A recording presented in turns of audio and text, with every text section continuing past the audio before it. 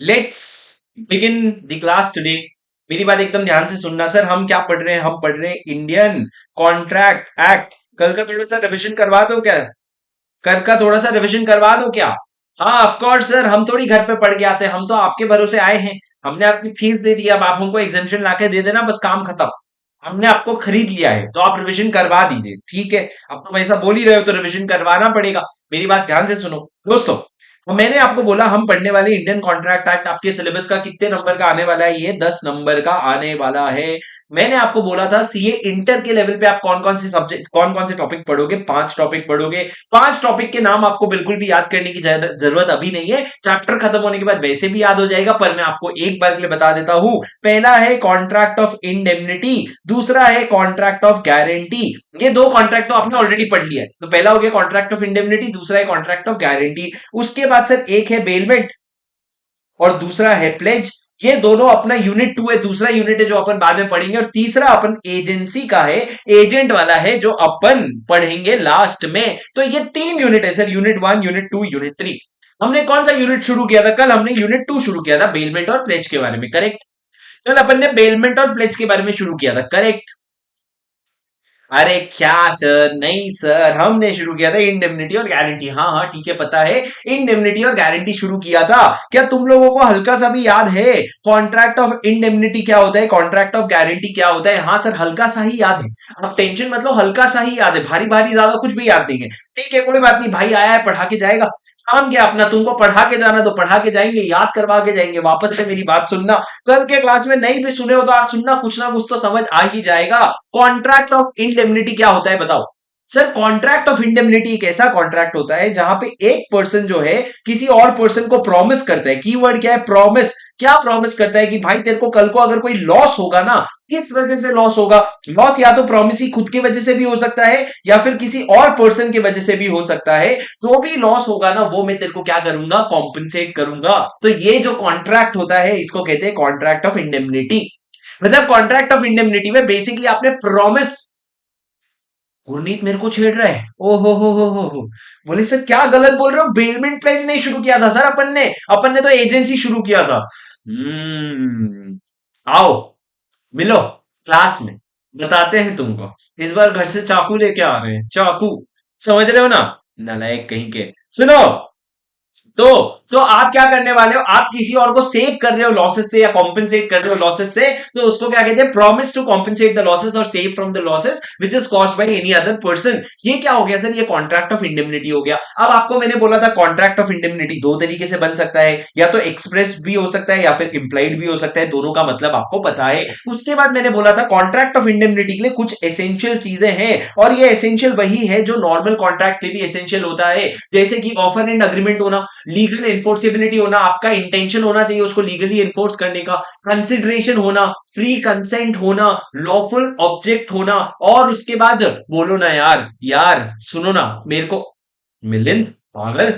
अच्छा वो मिलिंद बोल रहे हैं इसके लिए, गुरनीत के लिए बोल रहे हैं, ठीक है कोई बात नहीं। सुनो मेरी बात, सुनो सुनो सुनो, सुनो दोस्तों।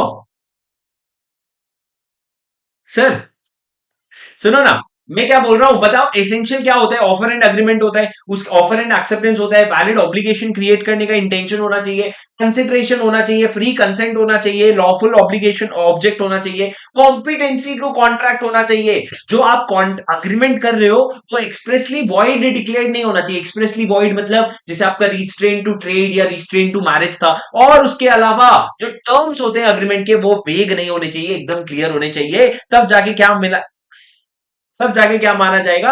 Essentials of a valid contract माना जाएगा। ये क्या हो गया? ये क्या हो गया? ये essentials of a valid contract हो गए। अब मेरी बात ध्यान से सुनो, सुनोगे क्या?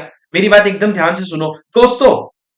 उसके बाद अपन ने क्या पढ़ा था? मैंने आपको बोला था कि अगर एक पर्सन जो है वो किसी और पर्सन को प्रॉमिस करता है कि तू टेंशन मत ले, तेरे को कोई भी लॉस होगा तो मैं कॉम्पेंसेट करूंगा। तो लॉस में कौन कौन से लॉसेस कॉम्पेंसेट करते हो सर? मैंने आपको बताया था 3 तरह के कॉस्ट को कॉम्पेंसेट करते हो। सीडीएस, पहला कॉस्ट, जो भी आपने कॉस्ट इनकर किया, अगर सामने वाले पे सूट लाने के लिए या सामने वाले पे केस फाइल करने के लिए जो भी कॉस्ट इनकर किया वो भी आप कॉम्पेंसेट करोगे। दूसरा कोई डैमेजेस अगर हुआ है तो वो भी कॉम्पेंसेट करोगे। और तीसरा अगर कोई सम खर्चा हुआ है सेटलमेंट करने के लिए, तो वो भी आप कॉम्पेंसेट करके दोगे। पर इसमें हमारी दो शर्त है कि एक तो जो मैंने बोला था, जो प्रोमिसर ने बोला था, प्रोमिसर ने जो भी चीजें बोली थी वो सारी बात आपने मानी है, और दूसरा आपने एक प्रूडेंट इंसान के हिसाब से, एक रैशनल इंसान के हिसाब से, एक लॉजिकल इंसान के हिसाब से काम किया है, रैंडमली कुछ भी काम नहीं किया है। ये सारे कंडीशन अगर मीट होते हैं तब जाके कॉस्ट का, डैमेजेस का, सेटलमेंट का सबका पैसा देगा तेरा प्रोमिसर।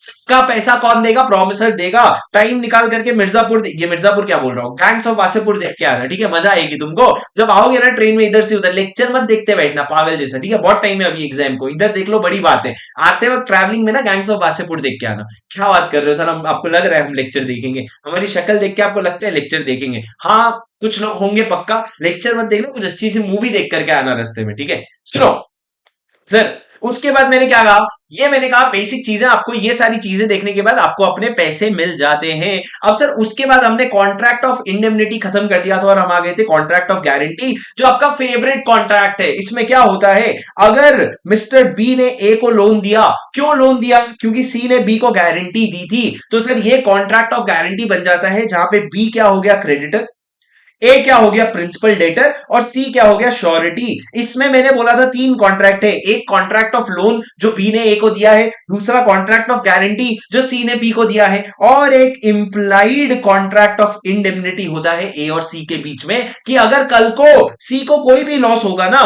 तो सी को जो लॉस है वो ए कॉम्पेंसेट करके देगा। सर ये आपका कॉन्ट्रैक्ट ऑफ गारंटी है। कॉन्ट्रैक्ट ऑफ गारंटी में तीन पार्टी और तीन कॉन्ट्रैक्ट इन्वॉल्व होते हैं। उसके बाद सर मैंने आपको बताया था कॉन्ट्रैक्ट ऑफ गारंटी के एसेंशियल्स क्या क्या है, क्या क्या चीजें एसेंशियल है, इनको याद रखने की जरूरत है क्या सर? चलो आज कोशिश करते हैं याद रखने की, कुछ अच्छा सा बना भी लेते हैं। मेरे को व्हाट्सएप पे मैसेज भी आया था, व्हाट्सएप पे मैसेज भी आया था शिवम का, तो वैसा कुछ अपन शॉर्टकट बना लेते हैं। एक बार पहले लॉ में जो लाइन से लिखा हुआ है उसको याद करते हैं। सबसे पहला, अगर आप बोल रहे हो कि कॉन्ट्रैक्ट ऑफ गारंटी बनाना है तो क्या क्या चीजें एसेंशियल है, तो मैंने बोला प्रिंसिपल डेट का होना बहुत एसेंशियल है।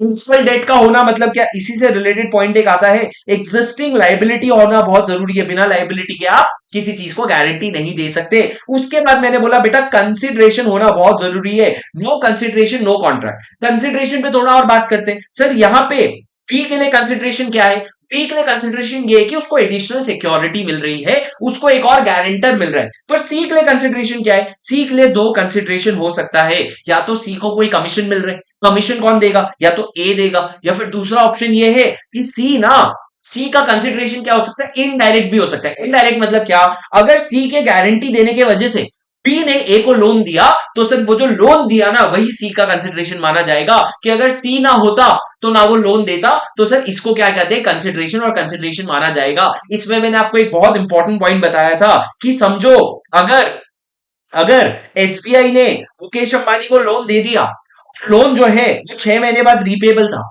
6 महीने के बाद उसने बोला नहीं रीपे कर पाऊंगा, 1 साल का एक्सटेंशन चाहिए, तो एसबीआई मना कर रहा था। पर एसबीआई बोला अगर एक्सटेंशन चाहिए ना, एक काम कर, मेरे को अडानी से सिक्योरिटी ला करके दे, तभी मैं तेरे को 1 साल का एक्सटेंशन दूंगा। तो अगर इस केस में अडानी आके सिक्योरिटी देता है और वो सिक्योरिटी की वजह से 1 लाख का 1 साल का एक्सटेंशन मिलता है ना, तो हम क्या बोलेंगे, ये वैलिड कंसिडरेशन है, अडानी को वैलिड कंसिडरेशन मिल गया।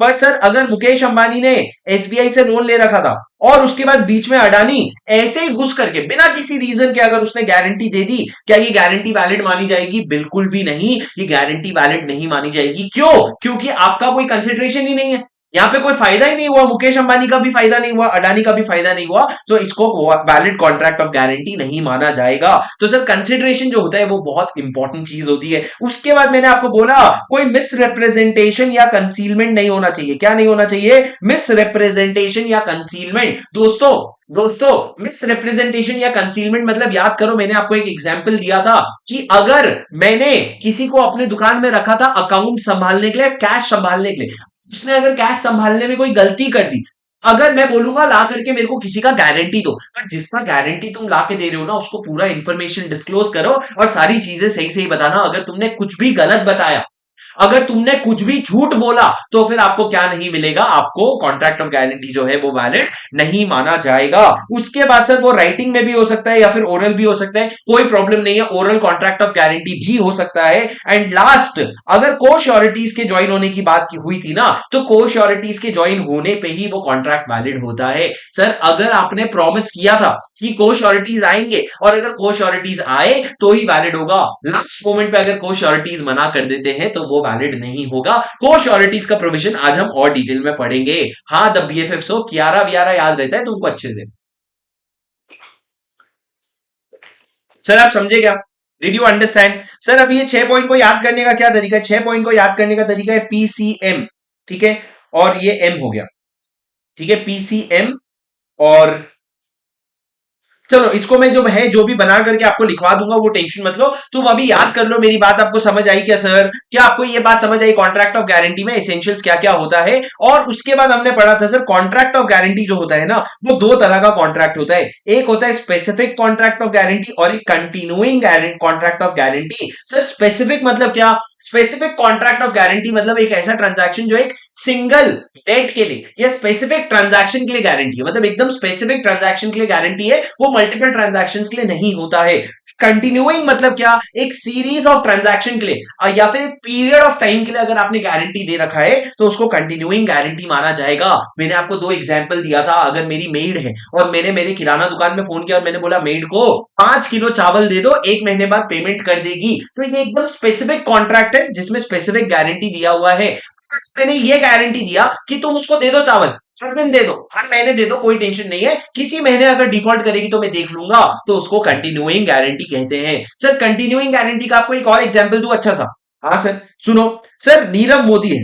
नीरव मोदी कौन है? बहुत बड़ा इंसान है, बहुत बड़ा इंसान है, उसके पास बहुत सारे इंडिया में प्रॉपर्टीज है। अभी सर इंडिया में इतने सारे प्रॉपर्टीज है कि उसने सारे प्रॉपर्टीज को रेंट पे दे रखा है, मतलब वो ने रेंट पे दे रखा है। और रेंट पे जब आप प्रॉपर्टीज देते हो, मान लो सर 10 प्रॉपर्टी, 10 अलग अलग प्रॉपर्टी है, रेंट पे दे रखा है, तो रेंट पे अगर दे रखी हो तो रेंट कलेक्ट करना पड़ेगा, आपको भाड़ा कलेक्ट करना पड़ेगा। तो सर नीरव मोदी ने बोला मैं कहां भाड़ा कलेक्ट करने जाते बैठूंगा। वो मेरे को पूछा शुभम कोई आदमी है क्या यार जो मेरे लिए जाके भाड़ा कलेक्ट करके लाके मेरे को दे दे? मैंने बोला है ना यार, टेंशन क्यों ले रहे हो? मैंने बोला रवि है, मेरे जान पहचान में एक रवि नाम का बंदा है, मस्त बंदा है, कोई चोरी वोरी नहीं करेगा, ऐसा मैंने बोला। अभी वो करेगा नहीं करेगा वो अलग बात है, पर सर अभी मैंने बोला कि रवि का टेंशन मत लो, वो चोरी नहीं करेगा। पर नीरव मोदी ने बोला यार मैं रवि पे कैसे भरोसा करूं? कल को अगर किसी लोगों से रेंट कलेक्ट करके टोटल रेंट आया 1 लाख रुपए का, तो लेके भग गया तो? मैंने बोला यार नीरव टेंशन क्यों ले रहा है, अपना बंदा है, मैं गारंटी देता हूं ना इसकी। अगर कल को रवि पैसे लेके भग जाएगा तो मैं हूं, टेंशन क्यों ले रहा है? बिल्कुल टेंशन मत ले। तो सर ये जो मैंने कॉन्ट्रैक्ट ऑफ गारंटी किया जिसमें मैंने नीरव मोदी को गारंटी दिया कि नीरव मोदी टेंशन मत ले, रवि जो है ना कहीं नहीं भगेगा, ये सर स्पेसिफिक गारंटी है कि कंटिन्यूइंग गारंटी है?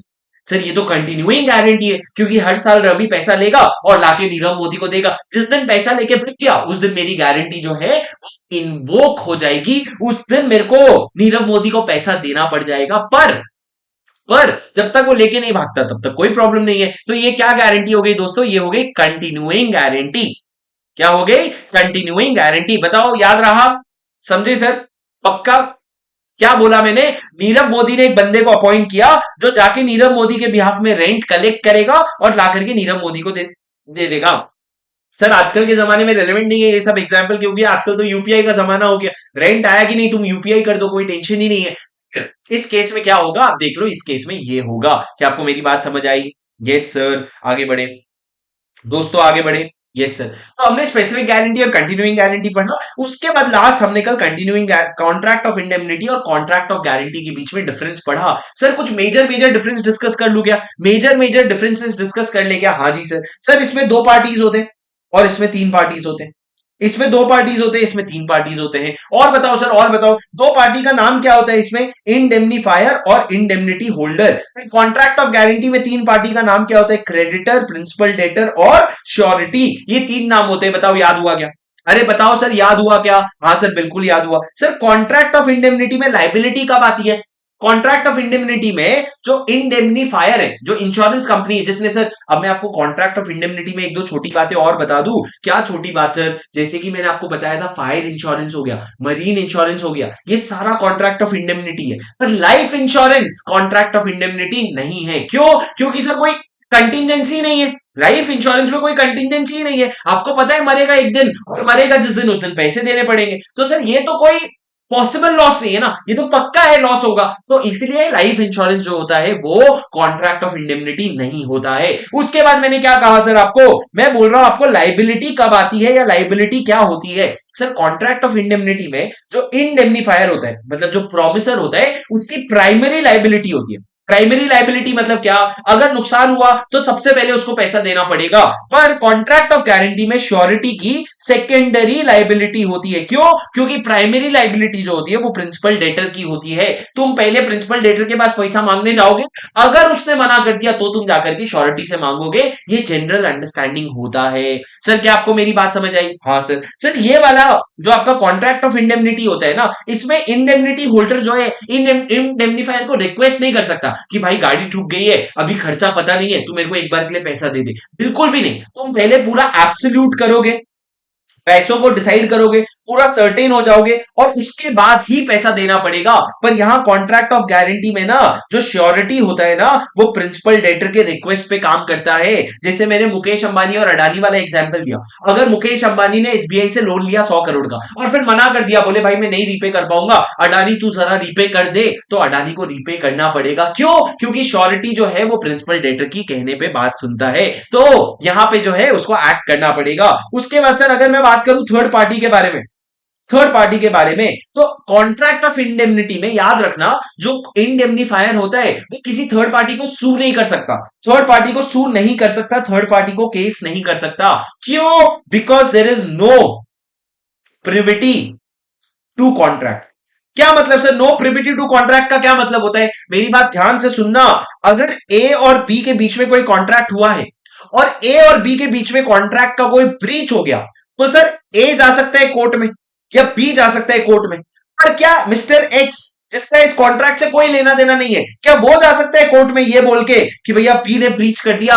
नहीं सर, मिस्टर एक्स नहीं जा सकता, because mister X is not a party to the contract. उसका उस कॉन्ट्रैक्ट से कोई लेना देना ही नहीं है। तो अगर mister X party to the contract ही नहीं है, तो वो क्यों जाके केस करेगा? तो यहां पे हम बोलते हैं mister X has no privity to contract. मतलब क्या? उस कॉन्ट्रैक्ट में उसका कोई लेना देना नहीं है। तो उसी तरीके से सर इंडेमनीफाइड जो है ना, वो जाके थर्ड पार्टी को केस नहीं कर सकता। क्यों? क्योंकि जो थर्ड पार्टी था मिस्टर एक्स, और जो इंश्योरेंस कंपनी था, उन दोनों का कोई लेना देना नहीं है। पर यहां पे जब एसबीआई ने मुकेश अंबानी को लोन दिया, मुकेश अंबानी ने किया डिफॉल्ट, और उस लोन को अडानी को रीपे करना पड़ गया, तो अडानी जाकर के मुकेश अंबानी पे केस कर सकता है। कोई प्रॉब्लम नहीं है, बिकॉज उसी से रिकवर करेगा ना, और कहां जाएगा। उसके अलावा सर एक लास्ट पॉइंट था कि यहां पे जो भी पार्टीज होते हैं वो कॉम्पिटेंट टू कॉन्ट्रैक्ट होते हैं। पर यहां पे अगर आपका प्रिंसिपल डेटर कॉम्पिटेंट नहीं है, अगर आपका प्रिंसिपल डेटर कॉम्पिटेंट नहीं है, मतलब माइनर भी अगर होगा, तो भी वैलिड कॉन्ट्रैक्ट ऑफ गारंटी होगी। क्योंकि याद करो, मैंने आपको बोला था, जब पी ए को लोन देता है और सी गारंटी देता है, तो कॉन्ट्रैक्ट ऑफ गारंटी जो है सी और बी के बीच में, तो इन दोनों का मेजर होना और साउंड माइंड का होना जरूरी है। मतलब कॉम्पिटेंट टू कॉन्ट्रैक्ट होना जरूरी है, ए का कॉम्पिटेंट टू कॉन्ट्रैक्ट होना जरूरी नहीं है। पर याद रखना, आप इसको लोन दे रहे हो, वो अपने आप में एक रिस्क है। पर सर ये एक बस थियोरेटिकल पॉइंट है कि कॉन्ट्रैक्ट ऑफ गारंटी के लिए श्योरिटी का और क्रेडिटर का कॉम्पिटेंट होना जरूरी है। अगर आपका जो प्रिंसिपल डेटर है वो माइनर भी होगा तो काम चल जाएगा। सर ये पूरी चीजें हमने कल की क्लास में पढ़ी थी। 2 घंटे के कॉन्सेप्ट को 15 मिनट में रिवाइज किया। ऐसा ही होता है। कि आपको मेरी बात समझ आई? सर घर जाके पढ़ाई करे थे कि नहीं नालायक लोग? घर जाके पढ़ाई करी थी कि नहीं तुम लोगों ने? बोलो।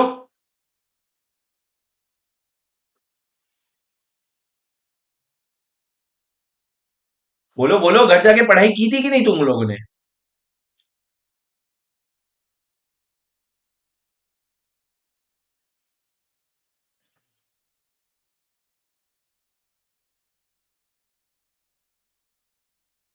सर आगे बढ़े। शिवम कह रहे हैं नोट्स लिख के रिवाइज कर लिया। वेरी गुड शिवम, 10 मार्क को अपने पॉकेट में डालने के रास्ते में हो तुम। बहुत बढ़िया वीर, तुम बढ़े चलो, वीर तुम बढ़े चलो। अब मेरी बात सुनो दोस्तों, सुनोगे क्या मेरी बात, बताओ पक्का सर, सुनोगे क्या मेरी बात? हाँ जी, चलो सर। आज की क्लास में सिर्फ 3 कॉन्सेप्ट पढ़ेंगे दोस्त, सिर्फ 3 कॉन्सेप्ट। पहला, श्योरिटी की लाइबिलिटी क्या होती है। हम तीनों कॉन्सेप्ट श्योरिटी के बारे में बात करेंगे, ठीक है। श्योरिटी, श्योरिटी कौन सर? जो कॉन्ट्रैक्ट ऑफ गारंटी में जिसने श्योरिटी दे रखी है उसकी लाइबिलिटी क्या होती है। दूसरा, कॉन्ट्रैक्ट ऑफ गारंटी जो है वो डिस्चार्ज कब होता है, क्या होता है, कब होता है, वो अपन समझेंगे। डिस्चार्ज मतलब क्या, खत्म कब हो जाता है। और तीसरा, आपके श्योरिटी की राइट्स क्या क्या है सर, उसके लाइबिलिटीज क्या क्या है और उसके राइट्स क्या क्या है, और डिस्चार्ज कब हो जाता है कॉन्ट्रैक्ट ऑफ गारंटी। बस ये तीनों चीजें पढ़ेंगे आज, और उसके बाद कुछ क्वेश्चंस करेंगे और क्लास मम हो जाएगी। फिर उसके बाद मम हो जाएगी भाई क्लास। मेरी बात ध्यान से सुनना, सुनो सर। सबसे पहले बात करते हैं लाइबिलिटीज के बारे में। पहले बात करते हैं लाइबिलिटीज के बारे में। श्योरिटी की लाइबिलिटी क्या होती है सर? श्योरिटी मतलब कौन, आ जाओ एक मेन एग्जांपल पकड़ लेते हैं। एसबीआई ने अगर मुक्कू भाई को दिया लोन, मुक्कू भाई को क्या दिया, लोन, और उस लोन के लिए अडानी ने गारंटी दी है, तो अडानी क्या हो गया, अडानी हो गया श्योरिटी, और एसबीआई क्या हो गया, क्रेडिटर। सर बच्चे थोड़ी है, याद हो गया ना सर ये चीज? अरे तो थोड़ा हाँ हाँ हाँ मारो ना चैट में। मुंह में दही जमा के बैठे हो, हाथ में चूड़ी पहन के बैठे हो, सुनो मेरी बात, नालायक हो, सुनो सर। मुकेश अंबानी जो है, मुकेश अंबानी जो है वो प्रिंसिपल डेटर हो गया, एसबीआई क्रेडिटर हो गया, और अडानी क्या हो गया, श्योरिटी। तो सवाल ये है कि श्योरिटी की लाइबिलिटी क्या है, श्योरिटी की लाइबिलिटी क्या है। क्या मैं ये बोल सकता हूं that the liability of surety is coextensive with that of principal debtor है। सर बोलने को तो आप कुछ भी बोल सकते हो, पर मेरे को क्या समझाइए सर? मैंने क्या लिखा है, ये लाइन 2 बार पढ़ोगे, कसम है तुमको, तुम्हारे एग्जाम की 2 बार पढ़ोगे। जोर से मुंह से बोलो अपने, क्या लिखा है मैंने, लाइबिलिटी। ये लाइबिलिटी है, लाइबिलिटी दिख रहा है लेकिन लिखा मैंने लाइबिलिटी है। Liability of surety is coextensive with the principal that of the principal debtor. एक बार और पढ़ेंगे, क्यों कसम खाई अपन ने, एक बार और पढ़ो। लाइबिलिटी ऑफ द, अबे हटना फालतू, सुनो। Liability of the surety is coextensive with that of the principal debtor. क्या मतलब सर? मतलब सर सिंपल हिंदी में बोलो तो जितना मुकेश अंबानी पैसा देने के लिए लायबल है उतनी ही तो श्योरिटी की लाइबिलिटी होगी ना। मतलब क्या सर, अगर मुकेश अंबानी ने 100 करोड़ का लोन लिया और 100 करोड़ का लोन रीपे नहीं कर पाया, तो अडानी कितना रुपए देने के लिए लायबल होगा सर? अडानी भी कितना देने के लिए लायबल होगा, 100 करोड़ रुपए देने के लिए ही लायबल होगा। पर सर मेरे को एक बात बताओ, सर मुकेश अंबानी ने 100 करोड़ का लोन लिया था, वो 100 करोड़ के लोन में 50 करोड़ रीपे हो चुका है। 100 करोड़ के लोन में, नहीं नहीं नहीं नहीं नहीं लगेगा, सॉरी गाइस, सुनो। चाय, गरम गरम चाय, घर के फायदे, घर के फायदे, गरम गरम चाय हाथ में देके जाते हैं। अपना श्री क्या रख के चला जाता है टेबल के नीचे, फिर बोले सर आपने पिया नहीं, आपने देखा नहीं क्या? ओके, सुनो मेरी बात, सुनो सर, सर दोस्तों सुनो ना, सुनो ना, सुनो। क्या बोला मैंने? मैंने बोला अगर मुकेश अंबानी ने 100 करोड़ में से 50 करोड़ पे कर दिया था, बचा कितना, बचा 50 करोड़। मेरे को बताओ 50 करोड़ अगर बचा है तो हमारा अडानी का लाइबिलिटी कितना होगा? सर जितना बचा है उतना होगा, 50 करोड़ की लाइबिलिटी होगी। पर सर सोचो, ये 50 करोड़ रुपए पे, सुनना ध्यान से, अगर ये 50 करोड़ रुपए में और 10 करोड़ रीपे करना है, वो 10 करोड़ इंटरेस्ट का है। कितने का? इंटरेस्ट का। मतलब जो आपने 100 करोड़ का लोन लिया था उसमें 10 करोड़ का इंटरेस्ट लग गया। अब टोटल कितना पे करना है? 60 करोड़ पे करना है। मेरे को बताओ उस केस में अडानी की लाइबिलिटी कितनी होगी? 50 करोड़ की 60 करोड़? सर आपको रीपे कितना करना है? 50 करोड़ प्रिंसिपल के तरफ और 10 करोड़ इंटरेस्ट के तरफ। तो मेरे को ये बताओ अगर आपने डिफॉल्ट कर दिया तो अडानी की लाइबिलिटी कितनी होगी? सर वापस से ये लाइन पढ़ो, liability of Adani is coextensive with that of Mukesh Ambani. मतलब मुकेश अंबानी को 50 करोड़ देना है तो अडानी 50 करोड़ देगा, मुकेश अंबानी को 60 करोड़ देना है तो अडानी 60 करोड़ देगा। तो यहां पे सर आंसर हो जाएगा 60 करोड़। मतलब वो जो इंटरेस्ट का पैसा है ना वो भी मुकेश अंबानी को देना है, और मुकेश अंबानी को देना है मतलब अडानी को देना है। तो अडानी जो है 60 करोड़ रुपीस देने के लिए लायबल हो जाएगा। इट कैन बी को एक्सटेंसिव। सर अगर आप चाहो ना तो आप कॉन्ट्रैक्ट करके जो श्योरिटी की लाइबिलिटी है ना, श्योरिटी की जो लाइबिलिटी है उसको प्रिंसिपल डेटर से कम कर सकते हो। मतलब क्या, मान लो एक कॉन्ट्रैक्ट में इंटर कर लिए और बोले कि अगर मुकेश अंबानी 100 करोड़ देने के लिए लायबल है ना, तो हमारा अडानी जो है ना वो 80% सिर्फ देने के लिए लायबल है। मतलब क्या, मुकेश अंबानी कितनी गारंटी ले रहे हो, 80% का गारंटी ले रहे हो, ऐसा हो सकता है। 80% का गारंटी मतलब क्या, एसबीआई लोन दे दे 100 करोड़ का, अगर कल को अडानी रीपे नहीं करेगा ना, तो 80% की तो गारंटी मैं लेता हूं, 80% मैं तेरे को पे कर दूंगा, 20% का तो रिस्क ले ले तू। तो इस तरह की भी गारंटी हो सकती है। मतलब तुम अगर चाहो ना तो कॉन्ट्रैक्ट में लिख करके श्योरिटी की लाइबिलिटी प्रिंसिपल डेटर से कम कर सकते हो, पर कभी बढ़ा नहीं सकते। तुम कभी बढ़ा नहीं सकते। जितना लाइबिलिटी आपके मुकेश अंबानी का है उतना ही लाइबिलिटी अडानी का रहेगा। चाहो तो कम कर सकते हो पर बढ़ा नहीं सकते। क्या आपको मेरी बात समझ आई? रवि का फेवरेट नंबर बोले सर 69। अरे यार, राम राम राम राम, घर में है निकाल देंगे। कैसी हरकतें करते हो यार तुम लोग, कहाँ से आए हो?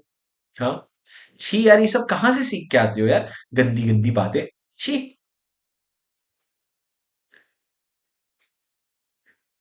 चलो सर, अब सर मेरे को एक बात बताओ, एक सिंपल सा बात बताओ। मैंने बोला कि जितनी प्रिंसिपल डेटर की लाइबिलिटी होती है उतनी ही आपके श्योरिटी की भी लाइबिलिटी होती है। मुकेश अंबानी को लोन दिया गया 100 करोड़ का, ठीक है। 100 करोड़ के लोन के पीछे इंटरेस्ट लगा 10 करोड़ का, टोटल कितना हो गया, 110 करोड़। तो उसमें से सर 100 करोड़ जो है मुकेश अंबानी ने रीपे कर दिया, पैसा वापस लौटा दिया। जो बचा हुआ 10 करोड़ है ना, वो पे नहीं कर पा रहा था, तो एसबीआई ने क्या किया, वो पैसे वेव ऑफ कर दिए, मतलब माफ कर दिए। बोले मुकेश अंबानी कोई बात नहीं, तेरे को देने की जरूरत नहीं है, तेरे को हम माफ कर रहे हैं। तो सर मेरे को एक बात बताओ, माफ करने के बाद अडानी ने ना पहले से गारंटी देके रखी थी कि अगर मुकेश अंबानी नहीं देगा तो मैं दूंगा। आपने ये 10 करोड़ रुपए मुकेश अंबानी के लिए माफ कर दिए, अब क्या तुम इसको अडानी से रिकवर कर सकते हो? क्या तुम अडानी से रिकवर कर सकते हो? नहीं सर। जहां पे मुकेश अंबानी को पैसे नहीं दे रहे हैं वहां पे श्योरिटी को भी पैसे देने की जरूरत नहीं है। Because the only line that you need to remember is the liability of surety is coextensive with that of the principal debtor. Principal debtor के साथ साथ जो लाइबिलिटी आपकी उतनी रहेगी। अगर आपके प्रिंसिपल डेटर की लाइबिलिटी कम होती है तो आपकी भी कम हो जाएगी, और अगर प्रिंसिपल डेटर की लाइबिलिटी बढ़ जाती है तो आपकी भी लाइबिलिटी बढ़ जाएगी। सर ये पूरा लाइबिलिटीज की बात थी। Liabilities is coextensive with that of surety. क्या ये याद रख पाओगे तुम? क्या तुम अपनी जिंदगी में एक लाइन याद रखने के लिए तैयार हो? ऐसा तो नहीं है भाई, एक ही तो लाइन है। तुम सोचो ना तुम लोग क्या क्या करके आए हो। अगर मैं तुमको पूछूं, मान लो अगर मैं सेक्शन में मैं अगर स्क्रीन पे रैंडमली लिख दूं कि भैया मेरे को सेक्शन 92 बताओ, मेरे को सेक्शन 118 बताओ, मेरे को सेक्शन 16 बताओ, मेरे को सेक्शन 19 बताओ, और मेरे को सेक्शन 26 बताओ, तो तुम लोग तो बता लोगे ना? बता लोगे कि नहीं सर? अगर ये 5 सेक्शन में अगर रैंडमली लिख दूं आपके लिए, तो क्या तुम मेरे को बता पाओगे कि नहीं? क्या है सर सेक्शन 92? बचपन का प्यार मेरा भूल नहीं जाना रे, क्लास में आना रे, ये पढ़ के आना रे, वरना वापस घर जाना रे। समझ रहे हैं ना रे? क्या 92? Annual return 118। जल्दी जल्दी रे, तुम लोग 3G स्पीड पे मत चलो, मेरे सामने 5G का जमाना है। जल्दी जल्दी बता देंगे नहीं, गुरनीत मुंह खोलो। सर 118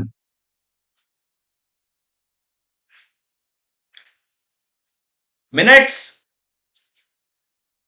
सेक्शन 16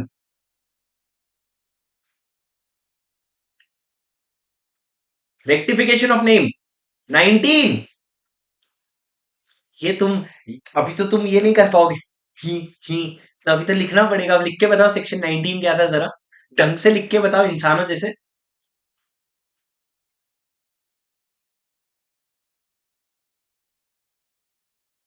हम्म।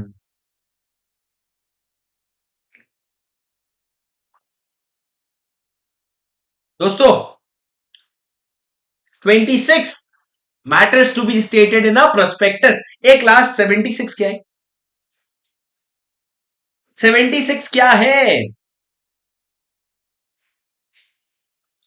आप लोगों के लिए एक जेंटल रिमाइंडर ये है कि 2 नवंबर को आपकी जिंदगी में 3 चैप्टर के टेस्ट हैं। पहला प्रोस्पेक्टस, दूसरा डिपॉजिट, और तीसरा चार्जेस। ये 3 चैप्टर का टेस्ट होने वाला है 2 नवंबर को। कसम से अभी बहुत हो गया मजाक। 2 नवंबर के बाद तुम्हारे जितने मेरे फेस टू फेस और जितने ऑनलाइन वाले बच्चे, सबका हिसाब लूंगा। जिन्होंने टेस्ट नहीं लिया उन लोगों का क्लास कैंसिल कर दिया जाएगा बिना किसी रिफंड के। और मेरे को आगे आप लोगों से बात नहीं करना है। अगर आप टेस्ट नहीं दोगे तो आप मेरे को मैसेज करोगे विद द रीजन कि सर मैं टेस्ट क्यों नहीं दे पा रहा हूं, और वो रीजन अगर एक्सेप्ट होगा तभी तुम टेस्ट नहीं दोगे, वरना thank you for studying with me, I don't need you, you don't need me, you can go anywhere else. But अगर तुम टेस्ट नहीं दोगे, अगर आलस खाओगे, तो ये 3 चैप्टर आपके हाथ से निकल जाएंगे, जो मैं नहीं चाहता। तो मैं आपसे हाथ जोड़ के विनती कर रहा हूं, 2 नवंबर को टेस्ट है, पढ़ करके आ जाना, वरना मत आना। और जब नहीं आओगे तो कसम से फेस टू फेस वाले तुम लोगों को तो मैं बहुत आसानी से पकड़ सकता हूं, ऑनलाइन वाले तुम लोगों का ये जो टेस्ट होगा ये चेक होगा। ये जो टेस्ट है ये चेक होगा, तो मेरे पास आराम से लिस्ट आ जाएगा कि कौन कौन लोगों ने टेस्ट नहीं लिखा है। और जिन्होंने नहीं लिखा है कृपया करके मुझसे बात करना बंद कर दीजिएगा, ठीक है। राकेश, ऑडियो रिवीजन छोड़ो, मैं आपको पूरा का पूरा वीडियो रिवीजन देता हूं, उसी तरीके का है, उससे आपका काम हो जाएगा, ठीक है। डिपॉजिट कैसे नहीं था, पागल हो गया, डिपॉजिट तो था ही, डिविडेंड का बहुत टेस्ट हो गया।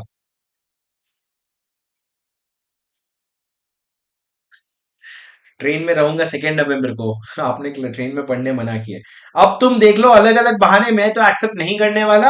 आप लोगों का 3 नवंबर से जिन्होंने टेस्ट नहीं दिया, या तो आपको टेस्ट देना है या फिर एक ढंग का रीजन देना है। ट्रेन में रहूंगा, ये करूंगा वो करूंगा, आप अपना ट्रैवलिंग प्लान कर लो।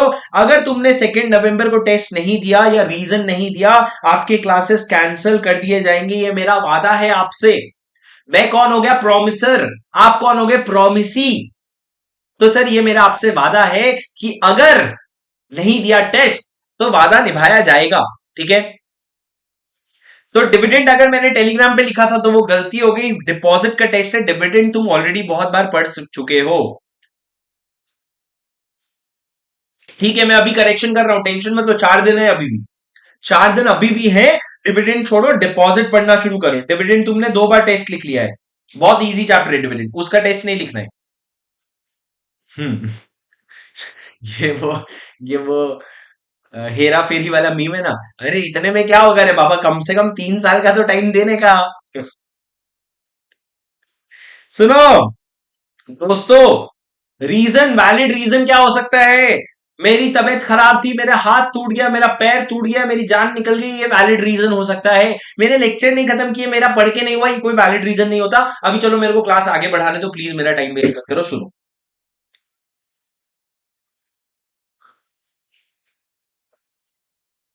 सुनो, 30 साल का टाइम तो देने का। रोज कसम खा के पढ़ता हूँ, तुम्हारा कसम रह गया, मेरी बात सुनोगे आगे बढ़ने से। सर मैंने आपको बोला था 3 चीजें पढ़ाऊंगा, एक तो लाइबिलिटी पढ़ाऊंगा कि आपके श्योरिटी का लाइबिलिटी क्या होता है, वो मैंने आपको पढ़ा दिया। दूसरे में पढ़ाऊंगा सर डिस्चार्ज, जो बहुत इंटरेस्टिंग है। और लास्ट में पढ़ाऊंगा राइट्स, ये भी वापस इंटरेस्टिंग है। मैं अपना थोड़ा स्पीड बढ़ा रहा हूँ, 4th गियर में डाल रहा हूँ गाड़ी को, मेरे साथ अपने दिमाग को 4th गियर पे डालो। सारी चीजें बच्चों वाली है, आपको एक बार में समझ आएगी।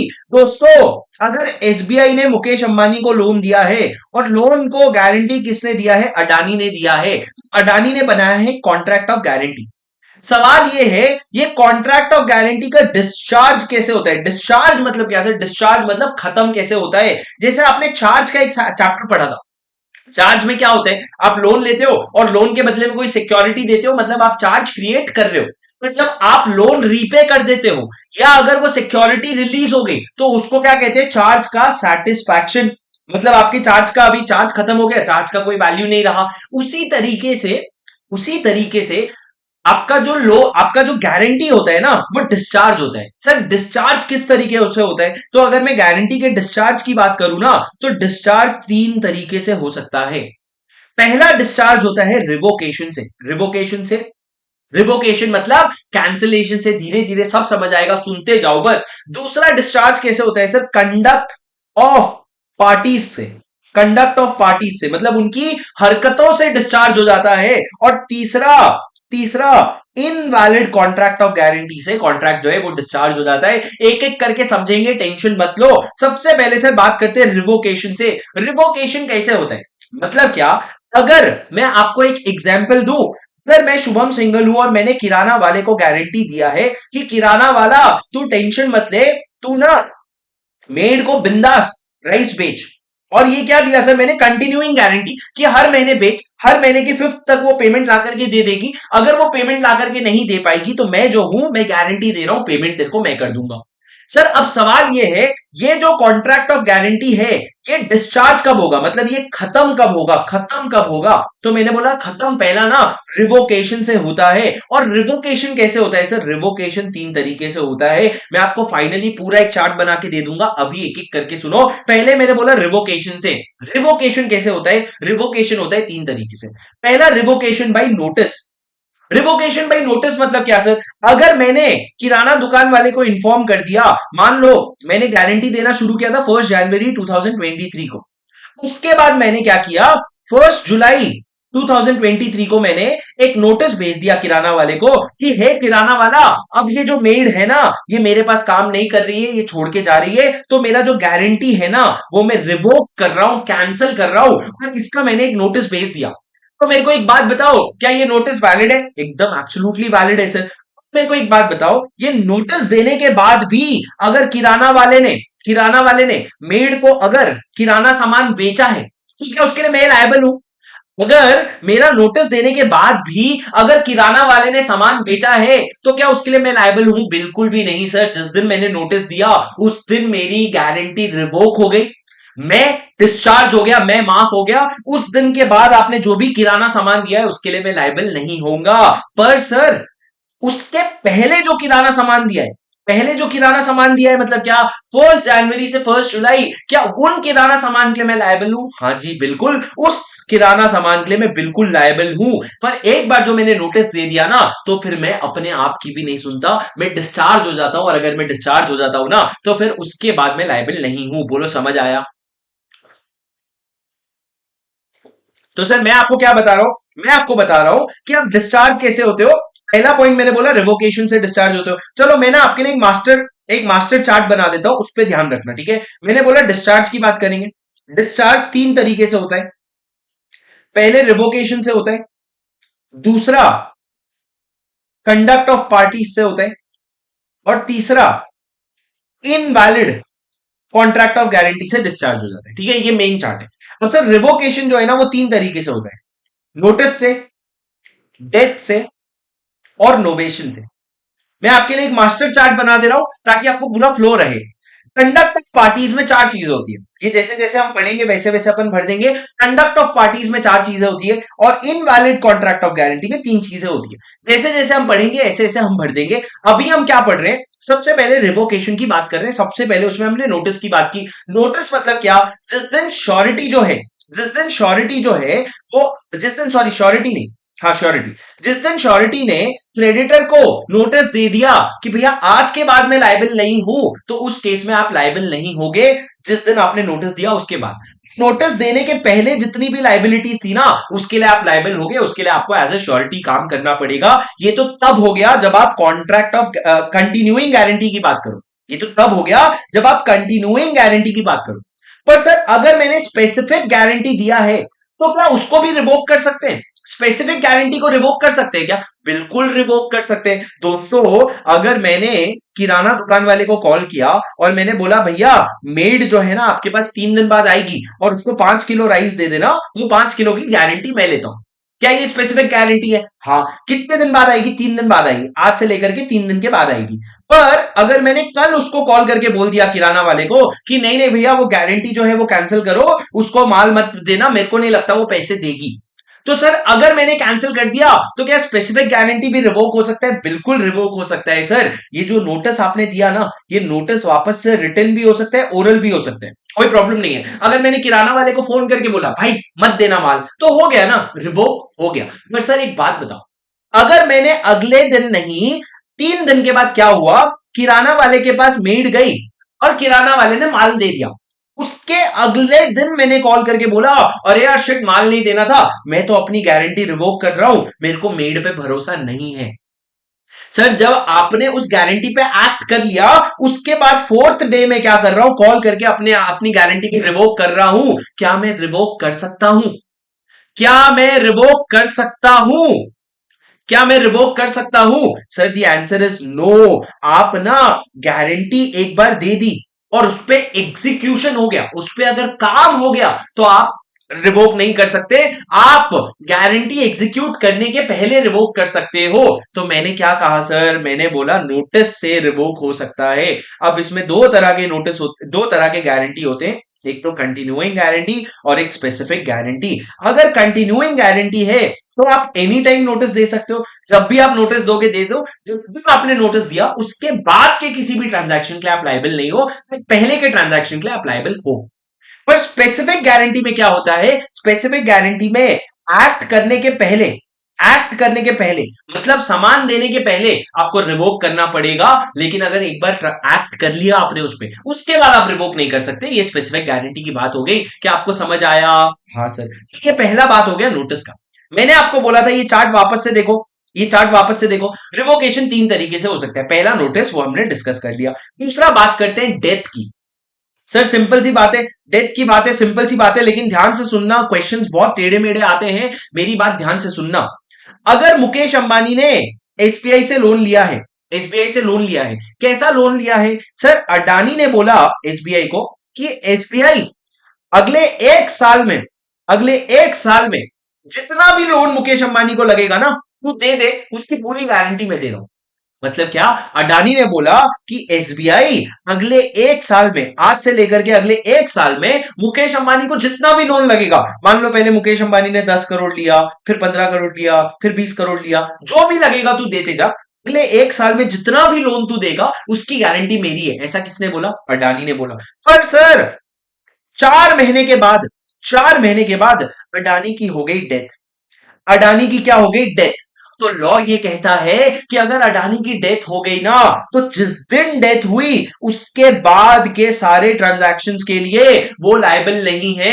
मतलब सर यहां पे गारंटी जो है वो डिस्चार्ज हो जाता है, यहां पे जो श्योरिटी है वो डिस्चार्ज हो जाता है। जिस दिन उसकी डेथ हुई ना, ऑटोमेटिक डिस्चार्ज हो जाता है, उसके बाद वो लायबल नहीं रहेगा। पर सर अगर एसबीआई को नहीं पता अडानी की डेथ होगी तो घंटा फर्क नहीं पड़ता, एसबीआई को पता होना चाहिए। अगर एसबीआई को नहीं पता तो फर्क नहीं पड़ता, अपना अडानी जो है वो तो डिस्चार्ज हो जाएगा। क्यों सर? बिकॉज डेथ जैसे ही हो गई ना, आप अपने सारे लाइबिलिटीज से डिस्चार्ज हो गए, आने वाले, आने वाले। पर सर जो मुकेश अंबानी ने इस पीरियड में लोन ले रखा है, जो आपको अगर मेरे एग्जाम्पल में दिख रहा होगा, तो यहां पे डेथ हुई है, कहां पे डेथ हुई है? यहां पे डेथ हुई है। इसके पहले उसने 10 करोड़ का और 15 करोड़ का लोन लिया है। तो मुकेश, क्या अडानी 10 करोड़ और 15 करोड़ के लोन के लिए लायबल है? हाँ। ये जो 20 करोड़ का लोन है, क्या उसके लिए अडानी लायबल है? नहीं सर। पर ये 10 करोड़ और 15 करोड़ के लोन के लिए अडानी लायबल है। पर सर अडानी से पैसा कैसे लोगे? ऊपर जाओगे क्या लेने? बोले ऊपर जाकर के भाई मैं मिलने आया था तेरे से, वो 10 करोड़ और 15 करोड़, टोटल 25 करोड़ रुपए देना। किधर से लोगे अडानी से पैसा? ऊपर मांगने जाओगे क्या? रॉ ने बोला नहीं सर, अडानी का ना स्टेट होता है। क्या होता है? स्टेट। क्या होता है? स्टेट। अरे सर गवार हो क्या? स्टेट होता है स्टेट। स्टेट क्या होता है? हाँ, स्टेट होता है स्टेट। आप उड़ीसा में हो, हम राजस्थान में हैं, हम महाराष्ट्र में, स्टेट होता है। अरे गधो, स्टेट होता है। आपने कभी सुना है रियल एस्टेट? कभी सुना? स्टेट नहीं बोल रहा है, थोड़ा वो, थोड़ा अलग प्रोनाउंसिएशन होता है। पर स्टेट, स्टेट से आप क्या करोगे? रिकवर करोगे। सर अडानी का जो भी स्टेट है उससे आप रिकवर करोगे। अब मेरे को एक बात बताओ सर, अडानी की डेथ हुई ना, तो अडानी मतलब कौन? गौतम अडानी की डेथ हुई। गौतम अडानी की जैसी ही डेथ हुई, उसकी सारी प्रॉपर्टी जो है ना, वो चली गई किसके पास? लीगल हायर के पास। लीगल हेयर के पास मतलब किसके पास? मान लो चली गई जीत अडानी, जो गौतम अडानी का बेटा है, उसके पास चला गया। पर सर गौतम अडानी के पास कितने रुपए थे? 20 करोड़ रुपए थे। कितना? 20 करोड़ रुपए का स्टेट था। मतलब अगर आप घर गाड़ी जमीन सब मिला करके देखोगे, 20 करोड़ रुपए का स्टेट था। वो चला गया जीत अडानी के पास। जीत अडानी के पास क्या आ गया? गौतम अडानी के 20 करोड़ आ गए, और उसके पास खुद के 30 करोड़ थे। किसके? खुद के, मतलब सेल्फ। जीत अडानी के पास खुद के 30 करोड़ थे और गौतम अडानी के 20 करोड़ आ गए। सर मैं आपको एग्जाम का क्वेश्चन पूछ रहा हूं। ये जो क्वेश्चन है ये नवंबर 2019 में आया था। मेरी बात ध्यान से सुनना। सर एसबीआई ने, ध्यान से देखो सारी चीजें, एसबीआई ने मुकेश अंबानी को दिया था लोन। लोन पे गारंटी दिया था अडानी ने, कंटिन्यूइंग गारंटी था, बोले पूरे साल में जितना भी लोन होगा उसको डीपीए में कर दूंगा। पर 4 महीने बाद गौतम अडानी की हो गई डेथ। डेथ के पहले एसबीआई ने कितना लोन दिया था? 10 करोड़ और 15 करोड़, टोटल 25 करोड़ का लोन दिया था। और अडानी के पास खुद का स्टेट कितना था? 20 करोड़ का था। उसका जो स्टेट है वो गया जीत अडानी के पास। जीत अडानी के पास आ गया गौतम अडानी का 20 करोड़ रुपया, और खुद का 30 करोड़ रुपया था जीत अडानी के पास। मेरे को ये बताओ, लीगली लीगली आप जीत अडानी से कितना पैसा रिकवर कर सकते हो? ऑप्शन ए, पूरा 25 करोड़ जितना ड्यू था। ऑप्शन बी, ये वाला 25 करोड़ तो लोगे ही, साथ में उसके बाद जो 20 करोड़ दिया वो भी लोगे, तो 45 करोड़। ऑप्शन सी, सिर्फ 20 करोड़ लोगे क्योंकि गौतम अडानी के पास 20 करोड़ ही था। और डी, दिल मांगे more. None of the above, none of the above. बताओ क्या ऑप्शन करेक्ट है? Correct sir. आप जो है इस केस में द आंसर इज 20 करोड़। आप सिर्फ उतना ही रिकवर करोगे जितना गौतम अडानी का स्टेट है। अगर उसने जीत अडानी को दिया और जीत अडानी के खुद के पैसे आप नहीं लोगे, सर जीत अडानी का पैसा क्यों लोगे? इसमें जीत अडानी का क्या लेना देना है? गौतम अडानी और जीत अडानी तो दो अलग अलग पर्सन है। तो आप सिर्फ गौतम अडानी के पैसों पे हाथ मारोगे तो 20 करोड़ रुपए उसके पास है, तो 20 करोड़ लोगे। और कितना पैसा तक ले सकते हो? 25 करोड़ तक ले सकते हो, क्योंकि ये जो 20 करोड़ है ना, इसके लिए गौतम अडानी लायबल ही नहीं है, क्योंकि डेथ जैसे ही हुई वो डिस्चार्ज हो गया, और डिस्चार्ज होने के बाद वो इंसान जो होता है वो और लायबल नहीं होता है। क्या आपको मेरी बात समझ आई? बोलो सर। तो मैं सिंपल अगर आपको बोलूं, in case of death, in absence, sir ऐसा भी हो सकता है, ऐसा भी हो सकता है कि एसबीआई और अडानी के बीच में जो कॉन्ट्रैक्ट ऑफ गारंटी है, ऐसा भी हो सकता है कि अडानी उसमें लिख दे कि भैया मेरी डेथ हो जाएगी ना तो भी ये कॉन्ट्रैक्ट इनवैलिड नहीं होगा। ऐसा हो सकता है कि अडानी उसमें लिख दे कि डेथ जो है ना उससे फर्क नहीं पड़ेगा, डेथ से फर्क नहीं पड़ेगा। अगर कॉन्ट्रैक्ट में तुमने ऐसा लिख दिया ना तो फिर डेथ से फर्क नहीं पड़ेगा। पर दोस्तों सुनो ना, सुनो ना, अरे सुनना सुनना, पर अगर तुमने ऐसा कुछ कॉन्ट्रैक्ट में नहीं लिखा है तो क्या होगा? जिस दिन डेथ हुई उसके बाद के सारे लाइबिलिटीज के लिए तुम डिस्चार्ज हो गए, गारंटी जो है वो खत्म हो गया। पर डेथ के पहले के लिए जितनी भी लाइबिलिटी थी उसके लिए आप अभी भी लाइबल हो, और आपको पैसा देना पड़ेगा अपने स्टेट में से जो आपके लीगल एयर को पास ऑन हो गया है। पर आप जो है लीगल एयर के पैसों में और कोई पैसों में ध्यान नहीं रखोगे, आप सिर्फ गौतम अडानी के जो स्टेट है उससे रिकवर करोगे। ये आपको समझ आया सर डेथ का केस? जी हाँ। तो मैं ये जो हमारा मास्टर चार्ट है इसमें डेथ को भी मार्क कर देता हूं। तीसरा, नोवेशन। बचपन में नोवेशन पढ़े? नवा नवा नोवेशन कुछ पढ़े? सर नोवेशन क्या होता है? मान लो अगर एसबीआई ने मुकेश अंबानी को लोन दिया, और उस लोन के पीछे अडानी ने क्या किया? एसबीआई को गारंटी दिया। सर इन्होंने लोन जो दिया है ना, तो लोन का इन्होंने एक अग्रीमेंट बनाया था, लोन अग्रीमेंट। ठीक है।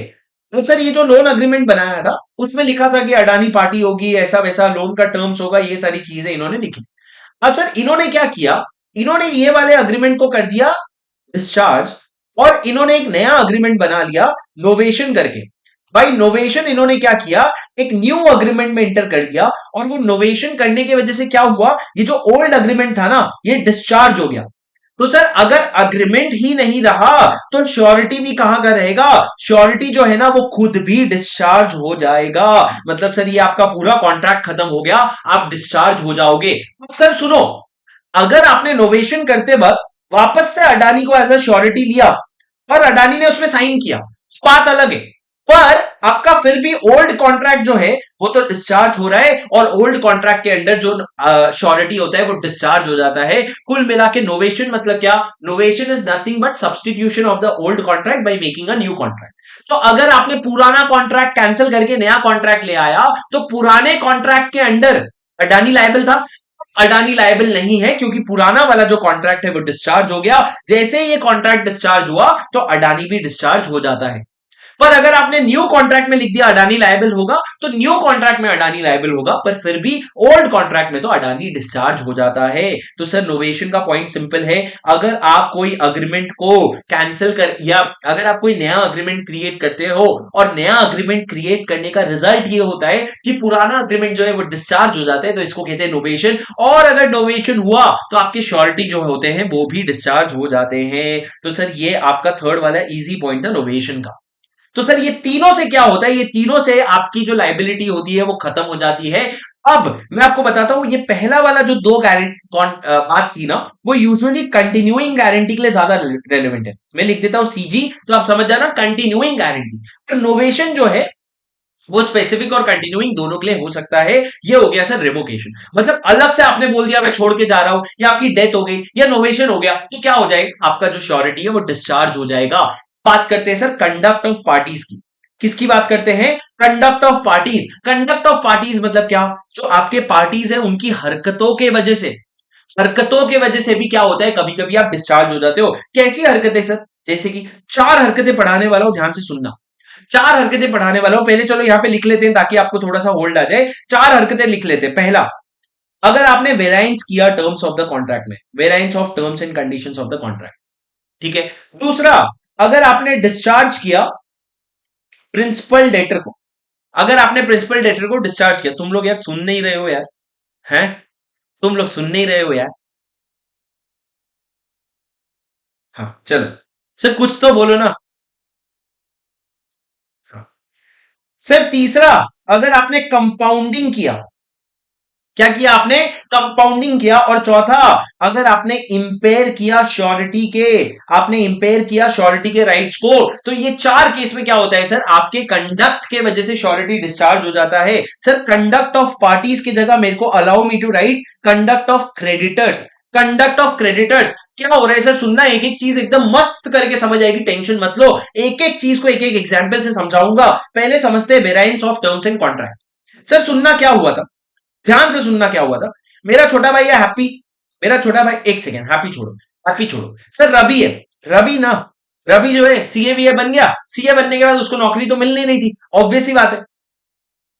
सर ऐसा मत बोलो सर, ठीक है यार सॉरी, सच निकल जाता है कभी कभी। मेरी बात सुनो, सुनो, सुन रहा है ना तू, मेरी बात सुनो दोस्तों। सर रवि के केस में क्या हुआ, एकदम मेरी बात ध्यान से सुनना। मेरे पास ना, रवि सीए बन गया, सीए रवि साहब हो गए। उसके बाद वो मेरे पास आया और बोले सर मेरे को ना नौकरी नहीं मिल रही है, कहीं तो भी नौकरी दिला दो। मैंने क्या बोला, पक्का मन से काम करेगा, बोला हाँ काम करूंगा। तो मैंने क्या किया, एचडीएफसी बैंक में मेरे कुछ जान पहचान थे, उन लोगों को कॉल किया और मैंने बोला यार तुम ना एक काम करो, रवि को हायर कर लो, तुम्हारे पास काम दे दो। कितनी सैलरी, तो मैंने बोला यार 1 लाख रुपए तो दे दो बेचारे को कम से कम। महीने का कि साल का, उसको रहने देते हैं अपन, महीने का कि साल का उसका रहने देते हैं, पर चलो सीए की डिग्री है ना, तो यहां पे मैं लिख देता हूं पर मंथ आपको एक महीने का 1 लाख रुपए मिनिमम सैलरी मिलेगा, ऐसी बात हुई थी। और मैंने बैंक में जो है ना, मैंने अपनी खुद की गारंटी दे रखी थी कि बैंक तू टेंशन मत ले, अगर रवि के किसी भी काम के वजह से अगर तुमको लॉस होगा ना, तो मैं कॉम्पनसेट करूंगा उस लॉस को, तुम बिल्कुल भी टेंशन मत लेना। मैंने क्या किया सर, रवि को एक जॉब दिला दी और उस जॉब की गारंटी मैंने ले ली। मैंने बोला लॉस होगा तो मैं कॉम्पनसेट करूंगा। अब सर समय चलता गया, आगे काम करता गया, रवि काम करता गया करता गया। एक दिन रवि की जो है एचडीएफसी के मैनेजर से मुलाकात हुई। बातों बातों में इन्होंने क्या डिसीजन लिया कि भैया अब तो रवि जो काम करता है वो तो करेगा ही, साथ में एक नया काम करेगा रवि। क्या, कि रवि की सैलरी जो है ना, वो 50,000 रुपए से बढ़ाई जा रही है। 50,000 रुपए उसको ज्यादा देंगे महीने का, पर रवि जो है ना, ओवरड्राफ्ट का काम करेगा। मतलब क्या, बैंक के बिहाफ में लोन देने का काम करेगा। सर अगर वो लोन दे रहा है, अगर उस लोन में किसी ने डिफॉल्ट कर दिया, किसी ने अगर नुकसान कर दिया, तो वो नुकसान का जो हिस्सा है ना, वो थोड़ा सा रवि को भी बेयर करना पड़ेगा। मान लो रवि ने क्या किया, एचडीएफसी की तरफ से 1 करोड़ का लोन दिया, अगर वो लोन का डिफॉल्ट हो गया तो उसका 10% जो है, मतलब 10 लाख रुपया जो है, वो रवि को बेयर करना पड़ेगा। ऐसा किसने डिसाइड किया, मैनेजर ने और रवि ने मिलकर के डिसाइड किया कि रवि तेरी सैलरी में बढ़ा रहा हूं और तेरे लिए मैं काम बढ़ा रहा हूं, वो काम जो तू करेगा उसमें अगर नुकसान होगा तो वो नुकसान तेरे से रिकवर करूंगा मैं। पर एक बात बताओ सर, रवि ने ओके ओके कर दिया, उसके बाद रवि ने क्या किया, लोन बांटता गया, लोन बांटता गया और नुकसान हो गया। 10 लाख रुपए का नुकसान, 1 करोड़ रुपए का क्या हो गया, लोन दे दिया जो कभी वापस ही नहीं आया। तो सर एसबीआई, ये जो एचडीएफसी है, इसका मैनेजर पहुंच गया रवि के पास और बोले रवि 10 लाख रुपए दो। तो रवि ने बोला मैं तो नहीं दूंगा, मैं कहां से 10 लाख रुपए लाऊंगा, पागल है क्या। तो वो मैनेजर जो है वो मेरे पास पहुंच गया, बोले शुभम आपने गारंटी दे रखी थी, अब लाओ मेरे को 10 लाख रुपए। मैंने बोला गेट आउट, मैंने बोला गेट आउट। क्यों भाई, 1 लाख रुपए की जब तक बात हुई थी तब तक मैंने गारंटी दिया था। ये जो 50,000 रुपए की बात हुई है, उसमें तुमने मेरा अप्रूवल लिया था? जब ये तुमने डिसाइड किया कि रवि को 50,000 रुपए एक्स्ट्रा दे देते हैं, लॉस वो बेयर करेगा, तुमने मेरे से पूछा आकर के? नहीं, तुमने मेरे से पूछे बिना टर्म्स एंड कंडीशंस क्या कर दिया, वेरी कर दिया। टर्म्स एंड कंडीशंस क्या कर दिया, वेरी कर दिया, चेंज कर दिया। तो भैया अगर तुमने टर्म्स एंड कंडीशंस चेंज कर दिया ना, मैं तो डिस्चार्ज हो गया। मैं क्यों डिस्चार्ज हो गया? तुम्हारी हरकतों की वजह से डिस्चार्ज हो गया। तुम लोगों ने मिलकर के टर्म्स का वेरिएशन कर दिया, इसलिए मैं डिस्चार्ज हो गया। तो सर श्योरिटी जो होता है ना, वो कब डिस्चार्ज होता है? कंडक्ट ऑफ पार्टीज के वजह से। अगर पार्टीज ने मिलकर के टर्म्स का वेरिएशन कर दिया, क्या कर दिया, वेरिएशन, तो मैं क्या हो गया, डिस्चार्ज हो गया। सर क्या समझे क्या? नहीं ना, तो मेरे को बताया ही नहीं ना इस केस में। तो ये वाले एग्जाम्पल में जब शुभम सिंगल को बताया ही नहीं तुमने कि टर्म्स चेंज कर रहे, तो मैं कहां से लायबल, मैं तो डिस्चार्ज हो गया कब का। पर सर ये 1 लाख रुपए के लिए, या जो पहले जो अग्रीमेंट हुआ था उसके लिए, मतलब माना कि आपने अग्रीमेंट चेंज कर दिया, पर अग्रीमेंट चेंज करने के पहले जो चीज के लिए आप लायबल थे, क्या अभी भी उसके लिए लायबल हो? नहीं। तुमने जैसे ही अग्रीमेंट चेंज किया ना, मैं सारी चीजों के लिए माफ हो गया, मैं डिस्चार्ज हो गया, भूल जाओ मैं एग्जिस्ट करता हूं। पर सर एक बात बताऊं, यहां पे मैं क्यों डिस्चार्ज हो गया? Why did I get discharge? Because of two reason. पहला, एक तो जो चेंजेस थे वो सब्सटैंशियल थे, मतलब आपने बहुत बड़ा चेंज किया। और दूसरा, जो चेंज आपने किया ना, वो मेरे फेवर में नहीं, मेरे अगेंस्ट में था। मैं मतलब कौन, मैं तो यही हूं, मैं तो श्योरिटी हूं। तुमने जो चेंजेस किया है, एक तो वो बहुत सब्सटैंशियल है, और दूसरा मेरे फेवर में नहीं है, मेरे अगेंस्ट में है। तो भैया मैं डिस्चार्ज हो जाता हूं। पर सर मेरे को एक बात लॉजिकली सोच के बताओगे? सर बैंक को मैंने बोला था, बैंक, मेरा छोटा भाई है हैप्पी, वो तुमसे लोन लेने आएगा। लोन कितने का? लोन लेने आएगा 25,000 रुपए का। तुम प्लीज उसको लोन दे देना। बैंक ने बोला हट, मैं नहीं दूंगा। बोले मेरे को भरोसा नहीं है हैप्पी में। मैंने बोला तू टेंशन क्यों ले रहा है बैंक, मैं हूं ना इधर, मैं मेरे को गारंटी दे रहा हूं। अगर कल को हैप्पी अगर लोन का रीपेमेंट नहीं कर पाएगा, तो क्या कर देंगे, मैं तेरे को रीपेमेंट कर दूंगा, तू टेंशन मत ले। ठीक है, तो बैंक को मैंने गारंटी दे दिया सर, गारंटी का मैंने एक फॉर्म जमा कर दिया कि भैया मैं 25,000 रुपए तक की गारंटी ले रहा हूं। क्या हुआ सर उसके बाद? आगे चल के बात हुई बैंक और हैप्पी के बीच में, और बैंक को रियलाइज हुआ नहीं यार, 25,000 रुपए का लोन मैं हैप्पी को नहीं दे सकता, बहुत रिस्क है। उसने क्या किया, कम करके लिमिट कर दिया 20,000 रुपए। उसने कम करके लिमिट कर दिया 20,000 रुपए। बोले मैं नहीं दूंगा 25,000 का लोन, सिर्फ 20,000 का लोन दूंगा। और उसने 20,000 का लोन दिया। तो सर उसके बाद हैप्पी ने कर दिया डिफॉल्ट। हैप्पी ने क्या कर दिया, डिफॉल्ट। और जैसे ही डिफॉल्ट किया, तो बैंक आ गया मेरे पास और बोले शुभम भैया, शुभम भैया जरा लोन का पैसा दीजिए, 20,000 रुपए दीजिए। मैंने बोला कौन सा 20,000 रुपए, तुमने वेराइंस किया है, तुमने चेंजेस किए हैं टर्म्स में, क्या तुमने चेंजेस के लिए मेरे को पूछा? तुम, हमारी बात कितने की हुई थी, 25,000 की, तूने कितना दिया, 20,000 रुपए, तूने मुझसे पूछा? तो मैं क्या हो गया, डिस्चार्ज। क्या तुमको ये एग्जाम्पल ठीक लग रहा है? क्या तुमको लग रहा है इस एग्जाम्पल में शुभम डिस्चार्ज होना चाहिए? सर अगर ये 25,000 को काट करके आप 50,000 कर देते, अगर आप बोलते 25,000 नहीं, हैप्पी को मैं 50,000 का लोन दूंगा, तो भैया 50,000 के लिए आपको मेरे को पूछना चाहिए था। पर अगर आपने 25,000 को काट करके 20,000 किया, तो क्या प्रॉब्लम है? ना ही ये चीज सब्सटैंशियल है, ना ही ये चीज सब्सटैंशियल है, और ना ही ये चीज मेरे अगेंस्ट में है। ये मेरे अगेंस्ट में भी नहीं है। तुम हैप्पी को 20,000 दे रहे हो तो अच्छी बात है ना, वो तो मेरे फेवर की बात है, अगेंस्ट में तो है ही नहीं। तो सर अगर सब्सटैंशियल चेंज भी नहीं और मेरे फेवर में बात है, तो ये जो शुभम है ना, वो डिस्चार्ज नहीं होता। शुभम जो है वो डिस्चार्ज नहीं होता। और सर ये एक केस लॉ था जिसमें डिसाइड हुआ था, केस लॉ का नाम अपन पढ़ेंगे, पर सर ये केस लॉ था जिसमें डिसाइड हुआ था कि अगर जो चेंज हो रहा है, अगर जो वेराइंस हो रहा है वो आपके फेवर में हो रहा है ना, तो दोस्त, तो आप डिस्चार्ज नहीं होगे। डिस्चार्ज कब होगे, जब आपके अगेंस्ट में वेराइंस हो रहा है और सब्सटैंशियल वेराइंस हो रहा है। सर अगर ये 25,000 का काट करके, मान लो ये 25,000 को काट करके आप 26,000 कर देते, तो क्या शुभम डिस्चार्ज हो जाता क्या? हाँ सर, आप तो अगेंस्ट में चले गए। अरे तो क्या फर्क पड़ता है, सिर्फ 1,000 रुपए तो बढ़ाया है, सिर्फ 1,000 रुपए तो बढ़ाया है। तो वेराइंस सब्सटैंशियल होना चाहिए और तुम्हारे अगेंस्ट में होना चाहिए, तभी जाकर के आप डिस्चार्ज होगे, वरना इसका गलत फायदा उठाने का मत सोचना। जैसे कि सर यहां पे क्या हुआ था, यहां पे जो एचडीएफसी और रवि के बीच में अंडरस्टैंडिंग हुआ था, वो गलत था। वो क्या था, वो बहुत सब्सटैंशियल चेंजेस था, तो उसके लिए मैंने गारंटी नहीं दी थी भाई। पर इस केस में तो यहां पे आप 25,000 का 20,000 कर रहे हो, तो कोई प्रॉब्लम नहीं है, एकदम बात चल जाएगी, कोई भी प्रॉब्लम नहीं है। क्या आपको मेरी बात समझ आई? अरे बोलो हाँ कि ना। अरे हाँ की ना? हाँ सर, ठीक है, आगे बढ़े। Okay sir. तो पहला क्या हो गया सर, वेराइंस, तो मैं यहाँ पे पहला लिखा था, क्या क्या लिखा था यहाँ पे, मैंने पहला लिखा था variance of terms and conditions. तो कंडक्ट ऑफ पार्टीज में अगर आप वेराइंस कर रहे हो तो क्या हो जाएगा, आप डिस्चार्ज हो जाओगे। दूसरा क्या है, discharge of principal debtor. Discharge of principal debtor का क्या मतलब है सर, मेरी बात ध्यान से सुनना। अगर इसका बहुत इजी सा एग्जांपल लेते हैं। अगर मुकेश अंबानी, जो मैं ना ऑलरेडी आपको बता चुका हूं, मैं मुकेश अंबानी ने एसबीआई से 100 करोड़ का लोन लिया, उस पर 10 करोड़ का इंटरेस्ट आया, 100 करोड़ का लोन जो है वो रीपे कर दिया गया। पर ये जो 10 करोड़ का लोन है ना, वो एसबीआई ने वेव ऑफ कर दिया, क्या कर दिया, माफ कर दिया। तो सर अब अगर उस केस में अडानी ने गारंटी दे रखी थी, कॉन्ट्रैक्ट ऑफ गारंटी दे रखा था, क्या अडानी से ये 10 करोड़ रुपए रिकवर कर सकते हो? नहीं सर। अगर आपने ये 10 करोड़ रुपए के लिए प्रिंसिपल डेटर जो है उसको डिस्चार्ज कर दिया ना, तो जो अडानी है वो खुद भी डिस्चार्ज हो जाता है, कोई प्रॉब्लम नहीं है। जो अडानी है वो भी डिस्चार्ज हो जाता है, क्यों? क्योंकि आपका प्रिंसिपल डेटर डिस्चार्ज हुआ, मतलब अडानी भी डिस्चार्ज हो जाएगा, श्योरिटी भी डिस्चार्ज हो जाएगा। सर एक और अच्छा एग्जाम्पल लेता हूं, ठीक है। सर एक बंदा है मिस्टर रॉय। मिस्टर रॉय ना, रामू करके एक बंदे को रखा था उसने, बोला रामू तू आ करके ना मेरे घर, रामू करके एक बंदा नहीं, चलो राम करके एक कॉन्ट्रैक्टर था, राम करके एक कॉन्ट्रैक्टर था। कॉन्ट्रैक्टर को आके पूछा राम को, रॉय ने आकर के राम को पूछा, राम मेरे को एक घर बनाने का है, तो घर बनाने के लिए तेरे को कितना टाइम लगेगा? तो राम ने बोला, अरे मालिक अपना काम बहुत फास्ट है, अपन 1 साल में बना करके दे देंगे आपको, 1 साल में खड़ा करके दे देंगे घर। तो ऐसा राम ने बोला, किसको, रॉय को। तो रॉय ने बोला, नहीं यार मेरे को भरोसा नहीं हो रहा है तेरी बात पे।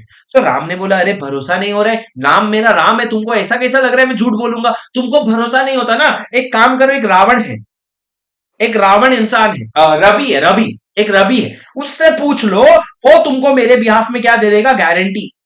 तो रवि ने क्या गारंटी दिया, रवि ने गारंटी दिया कि भैया टेंशन मत लो, राम जो है ना वो 1 साल के अंदर काम खत्म कर देगा, अगर नहीं खत्म करेगा ना तो तुम्हारा जो भी लॉस होगा वो मैं तुमको कॉम्पेंसेट कर दूंगा। पर शर्त सिर्फ एक ही है कि ये घर बनाने के लिए जो रॉ मटेरियल लगेगा ना, जो भी रॉ मटेरियल लगेगा मिस्टर रॉय, वो आपको सप्लाई करना पड़ेगा। जब हमको सप्लाई कर दोगे, सप्लाई करने के तुरंत 1 साल के अंदर अपन बना देंगे आपको, लेकिन मान लो 2 महीने के अंदर सप्लाई करना होगा। अगर आप सप्लाई कर दोगे तो 1 साल के अंदर मैं घर खड़ा करके आपको दे दूंगा। तो सर अग्रीमेंट क्या हुआ था, रॉय जो है वो राम को सामान देगा, राम जो है 1 साल के अंदर घर बना के देगा। अगर राम घर नहीं बना पाता है तो रवि जो है वो क्या कर रहा है, गारंटी दे रहा है कि भैया मैं गारंटी दे रहा हूं कोई भी लॉस होगा तो मैं कॉम्पेंसेट कर दूंगा। तो एक बात बताओ सर, यहां पे अगर इतने बड़े कॉन्ट्रैक्ट में सीन ये हुआ कि रॉय ने 2 महीने के अंदर अगर रॉ मटेरियल ही सप्लाई नहीं किया, मान लो रॉ मटेरियल ही सप्लाई नहीं किया, तो मेरे को एक बात बताओ, तो क्या फिर राम 1 साल में बना के देने के लिए लायबल है? अगर आपने रॉ मटेरियल ही नहीं दिया तो क्या राम 1 साल में बना के देने के लिए लायबल है? बिल्कुल भी नहीं सर, बिल्कुल भी लायबल नहीं है। तो अगर प्रिंसिपल डेटर डिस्चार्ज हो गया, मेरे को एक बात बताओ, क्या रवि, फिर रवि क्या surety, as a surety liable है? नहीं सर, ना रॉय ने अपना काम किया, तो रॉय ने अगर 2 महीने के अंदर रॉ मटेरियल नहीं दिया तो राम भी लायबल नहीं है, और अगर राम डिस्चार्ज हो जाता है तो आपका रवि भी डिस्चार्ज हो जाता है, कोई प्रॉब्लम नहीं है। क्या हो जाओगे, आप भी डिस्चार्ज। क्यों डिस्चार्ज हो जाएगा सर? क्योंकि आपका प्रिंसिपल डेटर जो है वो रिलीज या डिस्चार्ज हो गया, आपका जो प्रिंसिपल डेटर है ना वो डिस्चार्ज हो गया। तो अगर प्रिंसिपल डेटर डिस्चार्ज होता है तो श्योरिटी भी डिस्चार्ज हो जाता है। सर पहला पॉइंट क्या है, variance of terms and conditions. दूसरा पॉइंट क्या है, डिस्चार्ज ऑफ प्रिंसिपल डेटर। क्या तुमको समझ आ रहा है सर? क्या तुमको समझ आ रहा है? हाँ समझ आ रहा है, पक्का बोलो हाँ की नहीं, पक्का बोलो हाँ की नहीं। एक बार जोर से बोलो सब लोग, हाँ की नहीं बोलो। सर हाँ या नहीं बोलो जल्दी, बोलो बोलो जल्दी।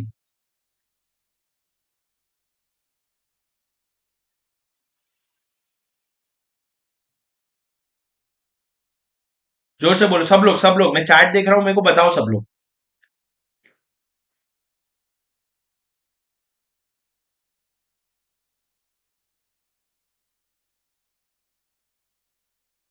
ठीक है चलो। सर तीसरा पॉइंट, आपका डिस्चार्ज कब होता है, मेरी बात ध्यान से सुनना, तीसरा पॉइंट। सर मैंने बोला तीसरा पॉइंट क्या है, मेरे को आप लॉजिकली बताना, आपको समझ आ जाएगा। सर ये एसबीआई है, एसबीआई ने मुकेश अंबानी को लोन दिया था। लोन की बात क्या हुई थी, लोन की बात हुई थी कि भैया 100 करोड़ का लोन देंगे, आप 1 साल के अंदर रीपे कर देना। और इस पे गारंटी किसने दिया था? अडानी ने गारंटी दिया था कि एसबीआई टेंशन मत ले, अगर 1 साल के बाद, अगर मुकेश अंबानी रीपे नहीं करेगा तो मैं पे कर दूंगा। इतनी सी बात हुई थी। उसके बाद क्या हुआ सर? उसके बाद अचानक से एसबीआई ने और मुकेश अंबानी ने ये कॉन्ट्रैक्ट किया कि जो 1 साल का समय है ना, उसको एक्सटेंड करते हैं 1 साल से, और 1 साल से एक्सटेंड कर देते हैं। मतलब लोन जो है अब आप 1 साल की जगह 2 साल के बाद देना। ऐसा मुकेश अंबानी ने और एसबीआई ने क्या किया? अग्रीमेंट किया। तो सर अगर इस तरह का अग्रीमेंट आपने किया जहां पे आपने एक्सटेंशन दिया टाइम का, तो क्या आपको अडानी को पूछना चाहिए था? क्या आपको अडानी का एसेंट लेना चाहिए था? क्या आपको अडानी का परमिशन लेना चाहिए था? बिल्कुल सर। अगर आप एक्सटेंशन कर रहे हो, बिल्कुल आपको अडानी का परमिशन लेना चाहिए था। तो अगर आपने इस केस में अडानी का परमिशन नहीं लिया ना, तो अडानी क्या करेगा? यहां पे अडानी जो है एज अ श्योरिटी डिस्चार्ज हो जाएगा। क्यों सर? क्योंकि आपने एक्सटेंशन किया। This is very similar to variance वाला पॉइंट। आपने एक तरह से टर्म्स को वेरी किया। यहां पे बड़ा स्पेसिफिक है कि अगर आपने एक्सटेंशन दे दिया और एक्सटेंशन देकर के बोला कि भैया कोई बात नहीं एक्सटेंशन रख ले, तो ऐसी चीजें एक बार बताना तो पड़ता है ना अडानी को या श्योरिटी को। तुमने नहीं बताया तो अडानी डिस्चार्ज हो गया सर। पर ये पहला पॉइंट और तीसरा पॉइंट तो सेम हो गया ना। और एग्जांपल्स देता हूं और समझ आएगा सर। अगर आपने एक्सटेंशन नहीं दिया, आपने क्या किया? आपने एक प्रॉमिस दिया नॉट टू सू।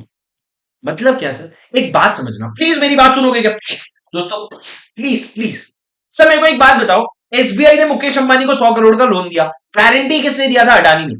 अब मान लो अगर मुकेश अंबानी जो है वो क्या कर जाता है? डिफॉल्ट। क्या कर जाता है? डिफॉल्ट। मतलब अगर वो पेमेंट करने में कर जाता है डिफॉल्ट, तो एसबीआई के पास क्या है सर?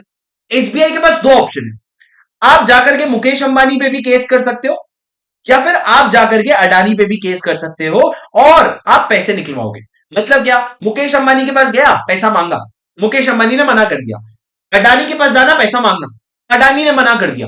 दोनों ने अगर मना कर दिया है ना, तो एसबीआई के पास ऑप्शन है कि मुकेश अंबानी को भी केस कर सकता हूं, अडानी को भी केस कर सकता हूं, दोनों पे भी केस कर सकता हूं, कोई प्रॉब्लम नहीं है।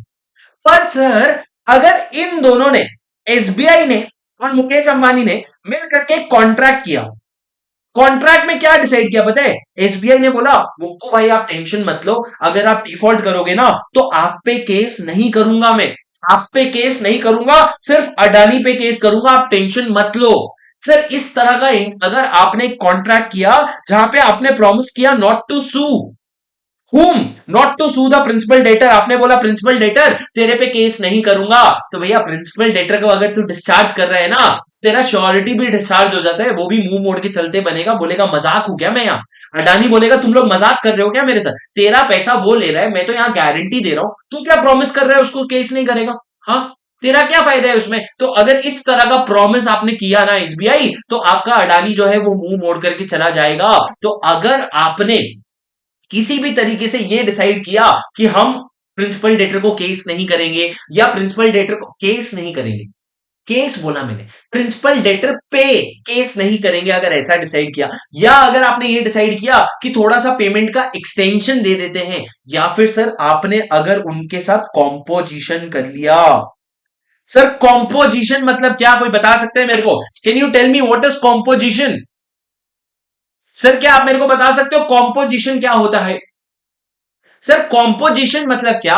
अगर आप लोगों ने उनके साथ कोई सेटलमेंट कर लिया, सेटलमेंट जैसे कि अगर आपने डिसाइड कर लिया मुक्कू भाई 100 करोड़ का लोन की जगह रीपेमेंट में आप 100 करोड़ नहीं, सिर्फ 50 करोड़ दे देना, सिर्फ 50 करोड़ दे देना, कोई बात नहीं। तो इस तरह का अगर आप कॉम्पोजिशन भी कर रहे हो ना, तो जो भी कर रहे हैं भाई तू कर ले, पर एक भी श्योरिटी को भी बता दे, उसको पता होना चाहिए। क्योंकि तुमने श्योरिटी के को बताए बिना कोई भी चीज करी ना, तो आपका श्योरिटी डिस्चार्ज हो जाएगा। सर अगर नमन पूछ रहा है, अगर ये जो भी एग्जाम्पल दिया वहां पे अगर श्योरिटी ने अपना कंसेंट दे दिया, अगर श्योरिटी ने बोला ओके, तो अगर श्योरिटी ने ओके बोल दिया तो श्योरिटी डिस्चार्ज नहीं होगा, फिर वो लायबल रह जाएगा। पर ये प्रॉब्लम कब हो रही है? तभी हो रही है जब आपने श्योरिटी से पूछा ही नहीं। प्रॉब्लम हो ही रही है तब जब आपने श्योरिटी से पूछा ही नहीं। अगर पूछा है तो कोई प्रॉब्लम ही नहीं है। समझे क्या सर? बोलो हाँ कि नहीं? हाँ सर। और सर लास्ट पॉइंट सुन लो ध्यान से। और सर लास्ट पॉइंट जो है ना, ये प्रोबेबली सबसे ज्यादा इंपॉर्टेंट पॉइंट है, बाकी सब तो बच्चे थे। सर एक बात बताओ मेरे को, सिंपल सी बात बताओ। सर एसबीआई है, मुकेश अंबानी को लोन दिया 100 करोड़ का, बदले में क्या हुआ था समझना, मुकेश अंबानी ने क्या किया, 50 करोड़ का स्टॉक जो है ना वो एसबीआई को एज अ सिक्योरिटी दे दिया। मतलब क्या सर, आपने अपने स्टॉक पे चार्ज क्रिएट किया। सर वैसे ही याद आया, ये फिक्स चार्ज है कि फ्लोटिंग चार्ज है? सर ये जो आपने 50 करोड़ के स्टॉक पे चार्ज क्रिएट किया, ये फिक्स चार्ज है कि फ्लोटिंग चार्ज है? सर वैसे तो ये फ्लोटिंग चार्ज है, पर मैं थोड़ा एग्जांपल में ट्विस्ट लाता हूं। क्या किया इसने, 50 करोड़ का स्टॉक निकाला अपने गोडाउन से स्टॉक निकाला, और वो स्टॉक को जो है ना ले जा करके एसबीआई के गोडाउन में रख दिया। कहां पे रख दिया, एसबीआई के गोडाउन में रख दिया। अब वो स्टॉक किसके पास है, ये हो गया एसबीआई के पास। अब सर ये फिक्स चार्ज है कि फ्लोटिंग चार्ज है? अब सर ये फिक्स चार्ज है। क्यों, क्योंकि 50 करोड़ का स्टॉक है, और वो 50 करोड़ का स्टॉक जो है वो आपने रख दिया एसबीआई के पास। तो ये जो स्टॉक है ना, ये बिकेगा ना हिलेगा, ये गोडाउन में रखा हुआ है। और सर दूसरी तरफ और एक चीज क्या हुआ, मुकेश अंबानी ने अडानी को बोला कि अडानी तू एक काम कर, तू ना गारंटी दे दे। कितने का गारंटी, तो 100 करोड़ का पूरा गारंटी दे दे, ताकि एसबीआई कंफर्टेबल रहे। एसबीआई सोचेगा हाँ भाई मेरे पास 50 करोड़ का स्टॉक भी पड़ा है और 100 करोड़ का अडानी का गारंटी भी पड़ा हुआ है, तो कोई टेंशन नहीं है, बिल्कुल टेंशन नहीं है, अपन आराम से लोन देंगे। और उसने 100 करोड़ का लोन दे दिया। अब सर उसके बाद क्या हुआ समझना, मेरे को एक बात बताओ, एसबीआई ने जब ये स्टॉक जो माल है गोडाउन में रख रखा है, क्या एसबीआई की रिस्पॉन्सिबिलिटी है इसको संभाल के रखना? क्या एसबीआई की रिस्पॉन्सिबिलिटी है इसको संभाल के रखना? हाँ सर। आगे चल के होगा क्या, आगे चल के अगर मुकेश अंबानी कर देता है डिफॉल्ट, अगर वो पैसा नहीं देता है, तो एसबीआई क्या करेगा? एसबीआई के पास दो ऑप्शन है। या तो पहला ऑप्शन ये है कि तुम ये स्टॉक बेच दो 50 करोड़ का और अडानी से 50 करोड़ ले लो, ठीक है।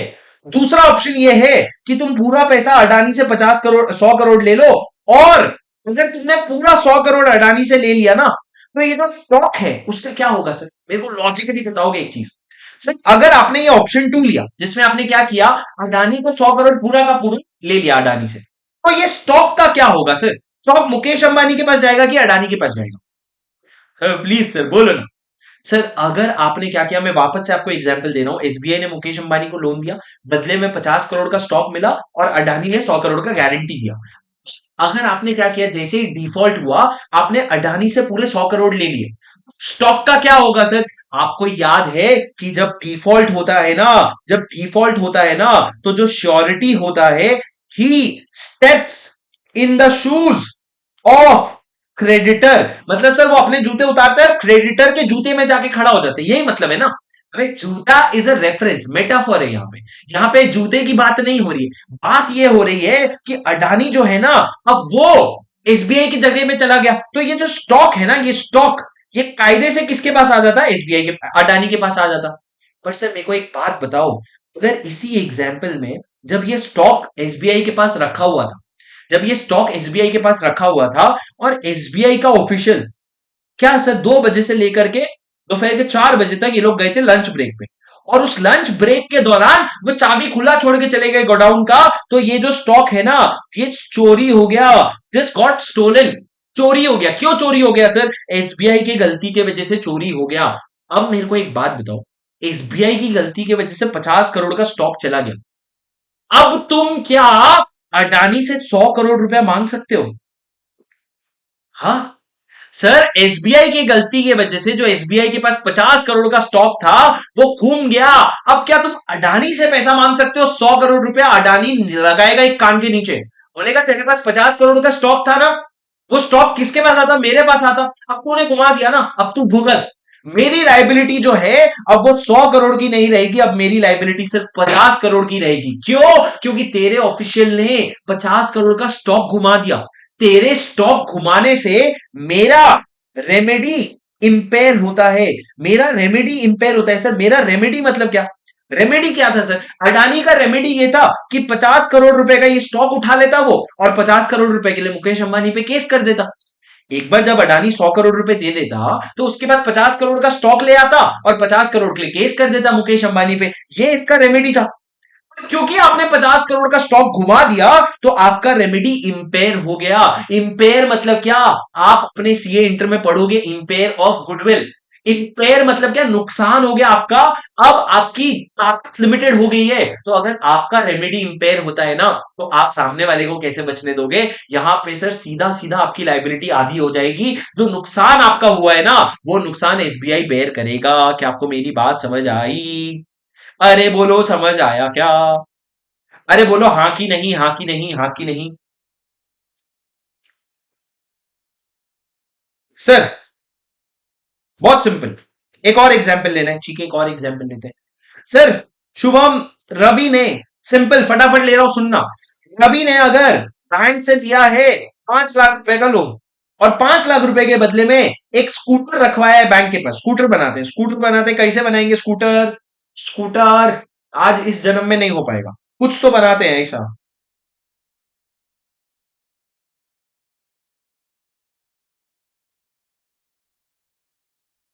ओपन कार है सर, फरारी है ये, फरारी। स्कूटर छोड़ो ना, क्या स्कूटर वूटर, फरारी की बात करते हैं। तो सर रवि के पास फरारी थी, उसने क्या किया, ये फरारी जो है ना, इसकी वैल्यू थी 2 लाख रुपए। उसने ये फरारी उठा करके दे दिया बैंक को एज ए सिक्योरिटी, और सामने शुभम सिंगल को बोला सर आप भी क्या करो, 5 लाख रुपए का कॉन्ट्रैक्ट ऑफ गारंटी दे दो। तो सर आपने बैंक को 2 लाख रुपए की सिक्योरिटी भी दे रखी है और 5 लाख रुपए की गारंटी भी दे रखी है। अब अगर कल को रवि क्या करता है, डिफॉल्ट करता है, तो बैंक क्या कर सकता है, पूरे 5 लाख रुपए शुभम से ले सकता है, पर बदले में शुभम को ये स्कूटर देना पड़ेगा। तो शुभम क्या करेगा, ये 2 लाख रुपए का स्कूटर सेल कर देगा, वहां से इसको 2 लाख रुपए मिल जाएंगे। बचे हुए 3 लाख रुपए के लिए क्या करेगा, रवि पे केस कर देगा या रवि से पैसा मांगेगा। पर ये जब स्कूटर, ये स्कूटर जब आप क्या, ये स्कूटर जब किसके पास था, जब बैंक के पास था, तो बैंक ने क्या किया, ये स्कूटर घुमा दिया। अगर आपने स्कूटर घुमा दिया ना, तो ये 2 लाख रुपए से मेरी भी लाइबिलिटी कम हो जाएगी।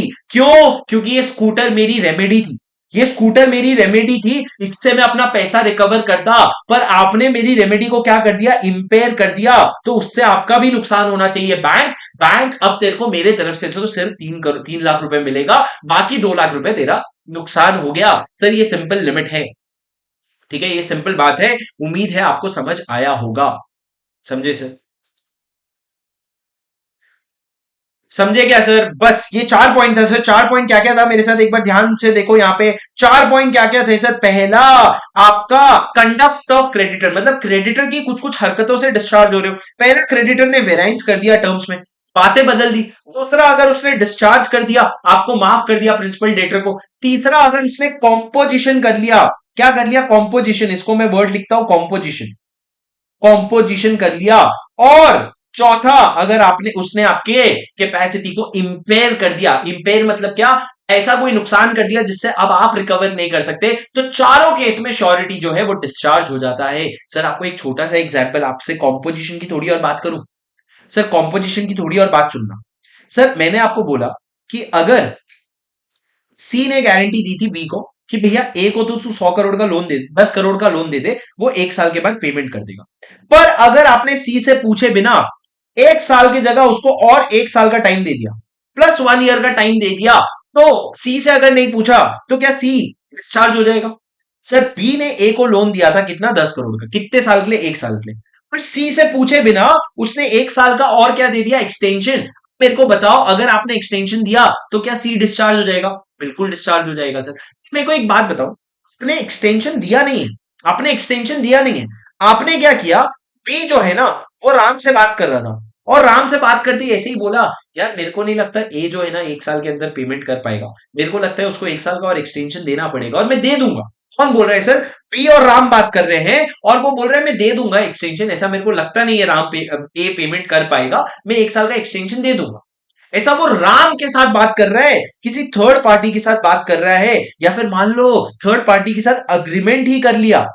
पी और राम मिलकर के एक अग्रीमेंट कर लिए कि ए को 1 साल का एक्सटेंशन दिया जाएगा, पर ऐसा कोई अग्रीमेंट ए के साथ नहीं हुआ है सर। उस केस में क्या सी डिस्चार्ज होता है? उस केस में क्या सी डिस्चार्ज होता है?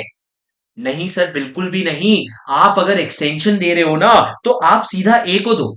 अगर आप किसी और के साथ अग्रीमेंट कर रहे हो, अभी तक अगर आपने एक्सटेंशन नहीं दिया है, तो ये सिर्फ बातें हैं सर। इससे सी बच करके नहीं जा सकता। बच करके कब जा सकता है? अगर सही में आपने एक्सटेंशन दे दिया तो। ये तो सर किसी और के साथ अग्रीमेंट है ना सर, ये तो किसी थर्ड पार्टी के साथ अग्रीमेंट है। तो आप सवाल पूछोगे क्यों ऐसा अग्रीमेंट कर रहे हैं? मान लो राम जो है वो गुंडा है, एक दिन आकर के उसने बी को धमकी दी कि बोल भाई ए को एक्सटेंशन देगा कि नहीं देगा। उसने बोला दूंगा ना सर, आप बोलो ना किधर साइन करने। उसने साइन कर दिया। पर सर साइन करने के बाद अग्रीमेंट किसके और किसके बीच में हुआ है? राम के बीच में और पी के बीच में। तो जब किसी थर्ड पार्टी के साथ अग्रीमेंट है, उससे सी डिस्चार्ज नहीं होता। समझे क्या सर? एक बेसिक एग्जाम्पल है। अब सर एक लास्ट एग्जाम्पल सुन लो। Last example sir, Mukesh Ambani और एसबीआई। एसबीआई ने लोन दिया था 100 करोड़ का, और अडानी है जिसने क्या दिया था, गारंटी दिया था। अब सर अगर एसबीआई जाके मुकेश अंबानी को बोल रहा है, अरे मुक्कू भाई आप बिल्कुल भी टेंशन मत लो, बिल्कुल भी टेंशन मत लो, मैं आपके साथ कॉन्ट्रैक्ट कर रहा हूं, मैं आपको प्रॉमिस कर रहा हूं कि मैं आपको सू नहीं करूंगा, पे केस नहीं करूंगा, तो क्या अडानी लायबल होगा? अगर आपने मुकेश अंबानी के साथ इस तरह का प्रॉमिस कर लिया, तो क्या अडानी लायबल होगा? नहीं सर, अडानी भी डिस्चार्ज हो जाएगा। क्यों? आपने इस तरह का प्रॉमिस किया है, इसलिए जब आप प्रिंसिपल डेटर पे केस नहीं करोगे तो मेरे पे क्यों करोगे? मैं नहीं अलाउ करूंगा, मैं डिस्चार्ज हो जाऊंगा। पर सर यहां पे अगर कोई प्रॉमिस नहीं होता, कोई प्रॉमिस नहीं होता सर, अगर होता ये कि पहले एसबीआई गया मुकेश अंबानी के पास पैसा मांगने के लिए, मुकेश अंबानी ने मना कर दिया, तो गया अडानी के पास पैसा मांगने के लिए, तो अडानी ने मना कर दिया। अब उसके पास दो ऑप्शन है कि मुकेश अंबानी पे भी केस कर सके या फिर अडानी पे भी केस कर सके। दो ऑप्शन है सर। जरूरी नहीं है कि मुकेश अंबानी पे केस पहले होगा, आप दोनों में से किसी पे भी केस कर सकते हो। तो मेरे को क्या बोला सर, मैंने क्या बोला सुनो दोस्तों, क्या बोला मैंने? मैंने बोला जरूरी नहीं है कि पहले मुकेश अंबानी पे केस हो, केस अडानी पे भी पहले हो सकता है। क्यों? क्योंकि भैया मुकेश अंबानी के साथ तुम्हारी लाइबिलिटी को एक्सटेंसिव है। ऐसा नहीं है मुकेश अंबानी पे केस करेंगे, उससे पैसा नहीं निकलवा पाए तो अडानी के पास आएंगे ना। पॉइंट ये है कि पहले पैसा मुकेश अंबानी से मांगेंगे, अगर मुकेश अंबानी नहीं देता है तो फिर पैसा अडानी से मांगेंगे। तो जब दोनों ने मना कर दिया ना, तो केस किस पे करना है वो एसबीआई का कॉल है। सर एसबीआई ने क्या सोचा, यार मुकेश अंबानी की लॉयर टीम जो है ना वो बहुत अच्छी है, उससे पैसा नहीं निकलवा पाएंगे, अपन एक काम करते हैं। स्ट्रैटेजिकली सोचा उन्होंने, दिमाग लगा के सोचा कि अपने को ना अडानी के पीछे जाना चाहिए। तो सर अब जब वो अडानी के पीछे पैसा निकलवाने गए, क्या अडानी ये बोल सकता है नहीं यार मैं तो डिस्चार्ज हो गया? क्यों? क्योंकि तुमने मुकेश अंबानी पे केस किया ही नहीं। अरे सर नहीं, क्या तुम्हारे और मुकेश अंबानी के बीच में कोई अग्रीमेंट है, कोई प्रॉमिस है? नहीं ना। उसने बस ऐसे ही, उसने ऐसे ही माफ कर दिया। उसने बोला मुकेश अंबानी से पैसे निकलवा ही नहीं पाएंगे, अडानी के पीछे जाते। तो सर अगर उन्होंने स्ट्रैटेजिकली ये डिसीजन लिया, तो फिर अडानी डिस्चार्ज नहीं होता है। अडानी डिस्चार्ज कब होता है? अगर तुम दोनों ने आपस में मिल करके अग्रीमेंट कर लिया है या कोई प्रॉमिस कर लिया है कि केस नहीं करेंगे, तभी डिस्चार्ज होता है। सिर्फ ऐसे ही स्ट्रैटेजिकली माफ करने से अडानी डिस्चार्ज नहीं होता है। क्या आपको पॉइंट आया सर समझ में? जोर से सर बोलो, आपको क्या जोर से ये पॉइंट समझ में आया? सर क्या ये पॉइंट्स आपको क्लियर हो रहे हैं? डिस्चार्ज कब होते हैं अपन? डिस्चार्ज कब होते हैं? पहला रिवोकेशन का केस था, उसके बाद कंडक्ट ऑफ क्रेडिटर का केस था। सर क्या ये आपको समझ आया? बोलो हाँ कि नहीं, प्लीज बोलो हाँ कि नहीं। और सर लास्ट, क्या लास्ट सुनोगे मेरी बात? सर लास्ट इनवैलिड सीओजी आपको बहुत अच्छे से पता है। सर इनवैलिड सीओजी आपको बहुत अच्छे से पता है, इसमें कोई नई चीज नहीं है। अगर आपने मिस रिप्रेजेंटेशन के थ्रू, मिस रिप्रेजेंटेशन के थ्रू अगर कॉन्ट्रैक्ट ऑफ गारंटी बनाया है तो वो इनवैलिड है। अगर आपने कंसीलमेंट के थ्रू कॉन्ट्रैक्ट ऑफ गारंटी बनाया है तो वो इनवैलिड है। अगर आपने को श्योरिटीज ज्वाइन करेंगे ऐसा बोला था, पर अगर को श्योरिटीज ज्वाइन नहीं करते हैं तो ये कॉन्ट्रैक्ट इनवैलिड है। ये तीनों चीजें आपको ऑलरेडी पता है सर। आपने कॉन्ट्रैक्ट ऑफ गारंटी के एसेंशियल फीचर्स में पढ़ा था। एसेंशियल फीचर्स क्या है? एक उसमें था कि उसमें मिस रिप्रेजेंटेशन या कंसीलमेंट नहीं होना चाहिए, और दूसरा उसमें यह भी था कि को श्योरिटीज अगर ज्वाइन करने वाले हैं तो उनको ज्वाइन करना होगा। अगर वो नहीं ज्वाइन करते हैं तो आपका गारंटी जो है वो इनवैलिड हो जाता है। तो सर ये तीन चीजें से आपका इनवैलिड हो जाता है कॉन्ट्रैक्ट ऑफ गारंटी। अगर इनवैलिड हो जाता है ना, तो जो श्योरिटी होता है वो डिस्चार्ज हो जाता है। अगर इनवैलिड कॉन्ट्रैक्ट ऑफ गारंटी होता है तो श्योरिटी डिस्चार्ज हो जाता है। सर पहला मिस रिप्रेजेंटेशन, मिस रिप्रेजेंटेशन मतलब क्या? आपने कोई चीज गलत बोली। कंसीलमेंट मतलब क्या? आपने कोई चीज छुपाई। और तीसरा को श्योरिटी मतलब क्या? को श्योरिटी को बहुत डिटेल में अपन डिस्कस करने वाले हैं थोड़ी देर में। समझे sir? What with change Kedar, if Adani is not informed of the change surety is discharge, कौन सा वाला चेंज? ठीक है सर, क्या आपको ये डिस्चार्ज का चार्ट समझ आया? एक बार देख लो, फिर बिना देखे नीचे इसको बिना देखे एक बार फिर से बनाएंगे। एक बार देख लो, पहले रिवोकेशन की बात, फिर कंडक्ट ऑफ पार्टीज की बात, फिर इनवैलिड कॉन्ट्रैक्ट ऑफ गारंटी की बात। कैसे याद रखे सर? रिवोकेशन क्या होता है?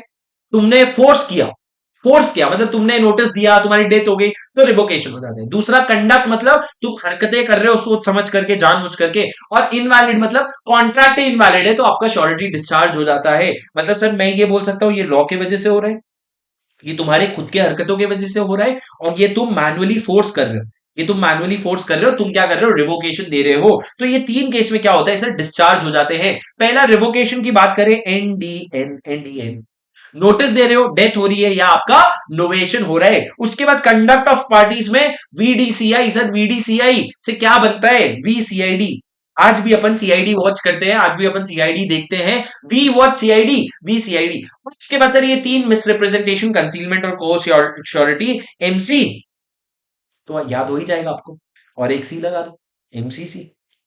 ठीक है सर, ये सब बकवास है, ये सब से याद नहीं होता है। ऐसा टेबल एक बार नोट्स में बना लोगे ना, फिर आंख बंद करोगे ना, आपको पूरा चार्ट ऐसा दिखने लगेगा दिमाग में। ये वाले लेवल पे खेलो। ये क्या एमसीसी वीसीआईडी, बच्चे हो क्या? हाँ, दूध पीते हुए बच्चे हो क्या? सुनो दोस्तों, सुनो सर, एक बार मेरे साथ चार्ट बनाओगे? वापस से एक बार देख लो, फटाफट एक बार देख लो, फिर मेरे साथ चार्ट बनाना।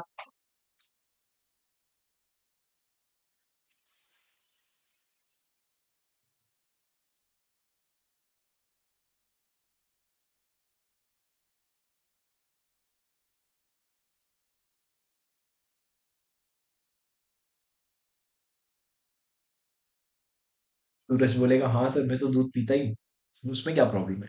बच्चे थोड़ी होते हैं दूध पीने वाले।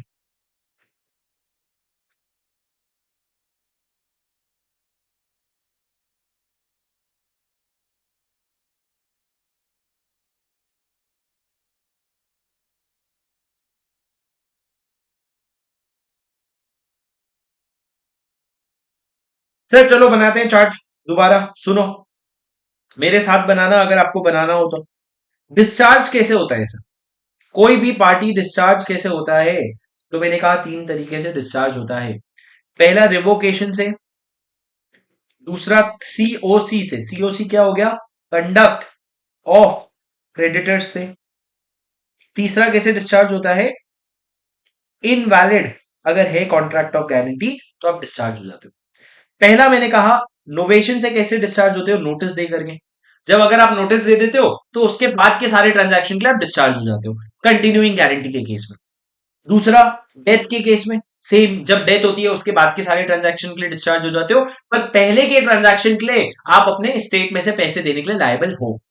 और उसके बाद नोवेशन की वजह से अगर आपने कोई नया कॉन्ट्रैक्ट बनाया जिसकी वजह से पुराना कॉन्ट्रैक्ट डिस्चार्ज हो जाता है, तो उसके साथ साथ श्योरिटी भी डिस्चार्ज हो जाता है। कंडक्ट ऑफ पार्टीज में क्या सर? अगर आपने कोई वेराइंस किया है टर्म्स एंड कंडीशंस में, या फिर अगर आपने प्रिंसिपल डेटर को किसी कारण से डिस्चार्ज कर दिया, आपने बोला तेरे को माफ कर रहा हूं मैं। या तीसरा, अगर आपने क्या किया है? कॉम्पोजिशन किया है, या एक्सटेंशन दिया है, या प्रॉमिस किया है। कॉम्पोजिशन किया है, कॉम्पोजिशन मतलब क्या सर? सर कॉम्पोजिशन मतलब क्या? अगर आपने कुछ पैसा माफ किया है, उसके बाद अगर आपने कुछ एक्सटेंशन दिया है, या फिर अगर आपने कोई प्रॉमिस किया है कि मैं सू नहीं करूंगा, तो आपका श्योरिटी डिस्चार्ज हो जाएगा। और सर लास्ट में, अगर आपने कोई ऐसी हरकत करी है जिससे इंपेयर होता है रेमेडी, किसका रेमेडी इंपेयर होता है सर? श्योरिटी का, तो श्योरिटी उतने अमाउंट के लिए डिस्चार्ज हो जाएगा। और उसके बाद इनवैलिड तीन केस में होता है सर एमसीसी।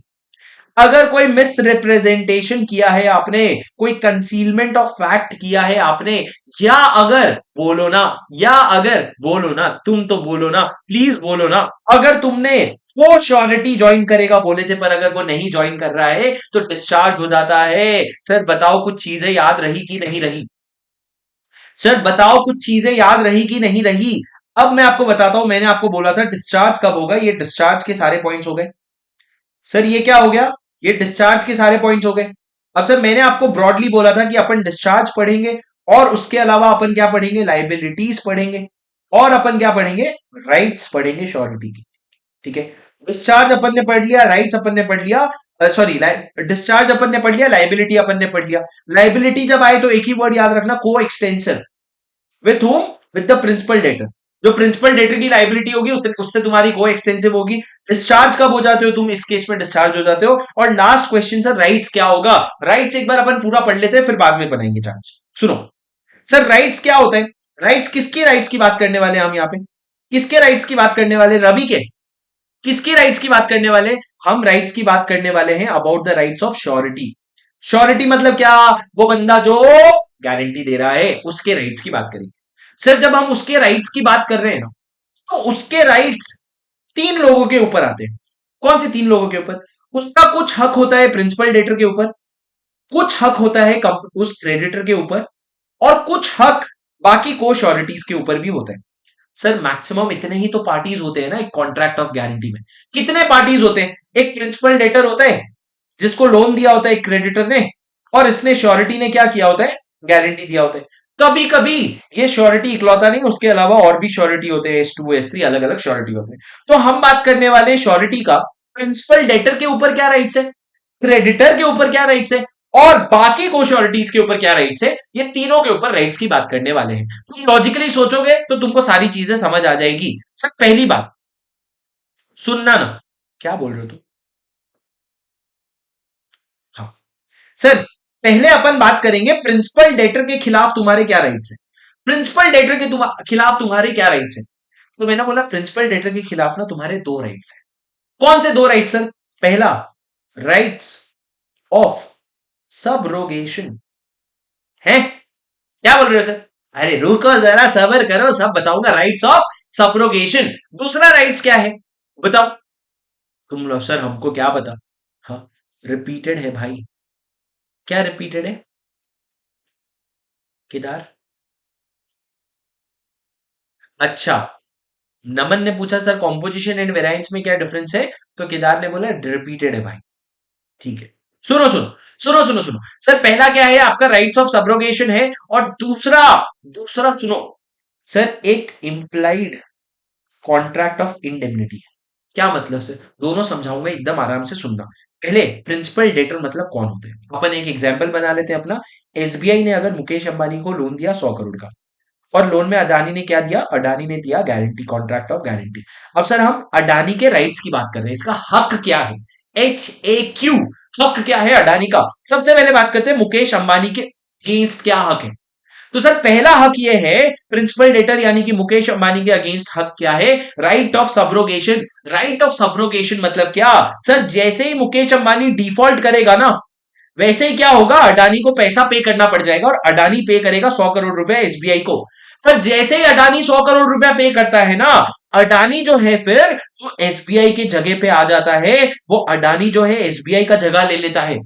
तो अब मुकेश अंबानी के ऊपर अडानी का वही राइट्स है जो एसबीआई का हुआ करता था in the capacity of a creditor. Sir आप अगर क्रेडिटर होते हो तो आप क्या कर सकते हो? कोर्ट में जाके केस कर सकते हो, अगर कोई सिक्योरिटी तो है तो उसको बेच के पैसा निकाल सकते हो, ये सारे आपके हक थे। अब वही सारे राइट्स किसके हो जाएंगे? अडानी के हो जाएंगे। राइट ऑफ सबरोगेशन मतलब क्या? The surety will step in the shoes of creditor. आप क्रेडिटर के जूते पे चले जाओगे, क्रेडिटर के जगह पे चले जाओगे, और जो हक एक क्रेडिटर का होता है ना मुकेश अंबानी से, वही हक तुम्हारा भी हो जाएगा। सर राइट ऑफ सबरोगेशन मतलब क्या? जो क्रेडिटर का राइट्स था वो तुम्हारे ऊपर बेस्ड हो जाएगा। मतलब प्रिंसिपल डेटर के अगेंस्ट तुम क्या कर सकते हो? तुम हर वो चीज कर सकते हो जो क्रेडिटर कर सकता था। तो राइट ऑफ सबरोगेशन मतलब क्या? तुमको अपने क्रेडिटर्स का राइट्स मिल जाएगा। ये पहला पॉइंट है। दूसरा, सर आपको पता है कि इस केस में मुकेश अंबानी और अडानी के बीच में एक इंप्लाइड कॉन्ट्रैक्ट ऑफ इंडेमनिटी होता है।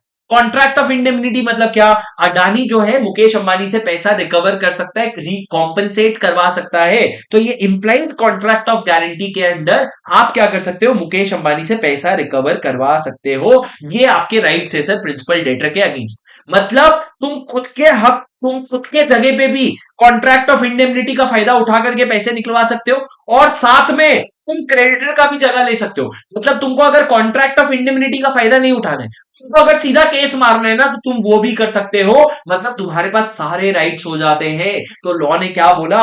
राइट्स तुम्हारा मुकेश अंबानी के अगेंस्ट या प्रिंसिपल डेटर के अगेंस्ट क्या है? तुम्हारे राइट्स वो हैं जो क्रेडिटर के भी होते हैं और तुम्हारे राइट्स वो हैं जो इंडेमनिटी होल्डर के भी होते हैं। क्यों? क्योंकि एक इंप्लाइड कॉन्ट्रैक्ट ऑफ इंडेमनिटी होता है, उसका भी फायदा उठा सकते हो। और दूसरा, तुम क्रेडिटर के शूज में स्टेप इन कर जाते हो।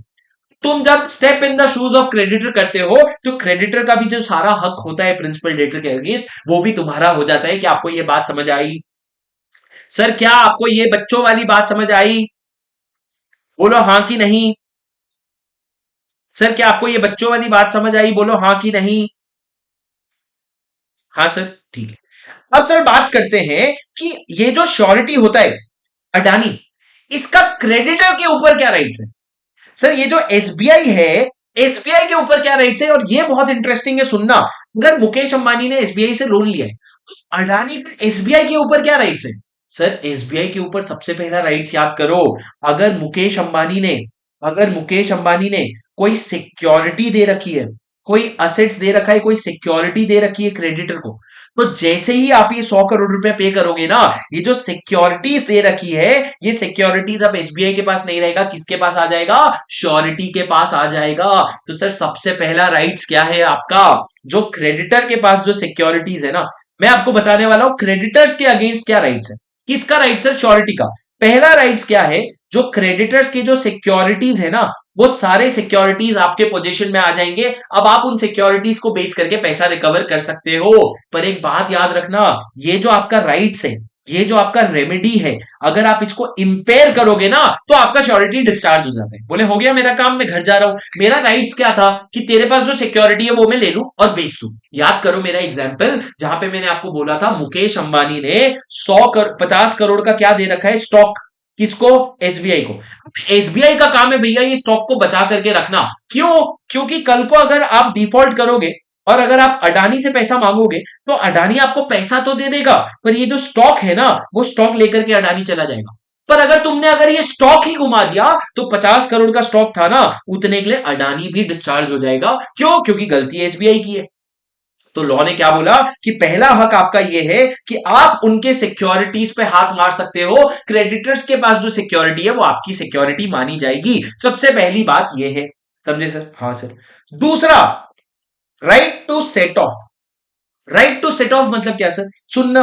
अगर मुकेश अंबानी ने एसबीआई को एसबीआई से लोन लिया था 100 करोड़ का, और अडानी ने क्या किया था? गारंटी दिया था। सर पक गए ना? ठीक है सुनो सर, सुनो ना, सुनो सुनो।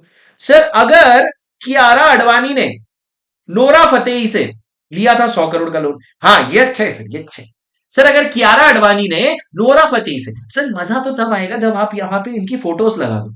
यहाँ पे इनकी फोटोज लगा दो तो क्या है, हमारा मन लगा रहेगा पढ़ाई में। क्योंकि हम क्या है सर, थोड़ा सा मेहनत लगती है मन लगाने में। तो आप यहाँ पे उनकी फोटोज लगा दो, मजा आ जाएगी। All is well, all is well, all is well. मेरी बात सुनो दोस्तों। सर कियारा अडवाणी ने क्या किया? 100 करोड़ का लोन लिया। और गारंटी किसने दिया था? सर यहाँ पे तो मैं ही रहूंगा ना पागल। यहाँ पे अडानी को, जहां नोरा जहां कियारा, वहां पे मैं क्या रवि का नाम डालूंगा? हट। तो सर यहाँ पे शुभम सिंगल ने क्या किया? शुभम सिंगल ने नोरा को गारंटी दिया था कि तू टेंशन मत ले, कियारा अडवाणी जो है पैसे लौटा देगी। अगर वो नहीं लौटाएगी तो मैं दे दूंगा। ठीक है। तो अब क्या हुआ? आपने नोरा फतेही को 100 करोड़ का गारंटी दे दिया। अच्छा मेरे को एक बात बताओ, कियारा ने 100 करोड़ का लोन तो लिया था, पर दूसरे तरफ क्या हुआ था? कियारा ने ना 30 करोड़ का कोई सामान बेचा था, कोई गुड्स सेल किया था नोरा को, जिसके वजह से कियारा को 30 करोड़ रुपया क्या करना था? नोरा से वापस लेना था। नोरा से क्या लेना था? वापस लेना था। अब सर एक बात बताओ, जब कियारा अडवाणी ये 100 करोड़ का पेमेंट करने जाती, जब कियारा अडवाणी ये 100 करोड़ का पेमेंट करने जाती, तो नेचुरल सी बात है वो 30 करोड़ को एडजस्ट करती और नेट नेट कितना पेमेंट करती? 70 करोड़ का पेमेंट करती। नेचुरल सी बात है कि 30 करोड़ आपको लेना था, 100 करोड़ आपको देना था। आप सेट ऑफ करके, क्या करके? सेट ऑफ करके, मतलब एक दूसरे के अगेंस्ट एडजस्ट करके नेट नेट जो है 70 करोड़ पे करके आते। पर सर क्या हुआ समझना, अगर कियारा ने कर दिया डिफॉल्ट, कियारा ने कर दिया डिफॉल्ट, तो अब जब शुभम सिंगल जाएगा नोरा के पास पेमेंट करने के लिए, जब शुभम सिंगल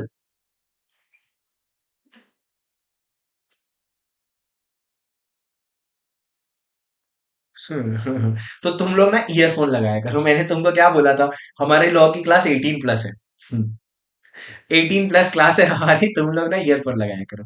सर मेरी बात सुनो, मन लगाने के लिए कभी कभी तुम लोगों के लिए ऐसा, मेरे को क्या है, मैं तो तुमको यहाँ पे अडानी और मुकेश अंबानी का अच्छा खासा एग्जाम्पल दे रहा था, तुम ही लोग शांत हो गए। मेरी बात सुनना, मैं अगर नोरा फतेही के पास गया, मैंने बोला सब वापस करने, अब मेरे को एक बात बताओ, क्या मैं नोरा फतेही को मेरे को 100 करोड़ रुपए ही देने पड़ेंगे, कि ये जो 30 करोड़ रुपया एडजस्ट होता, वो एडजस्ट करके मैं 70 करोड़ रुपए दूंगा।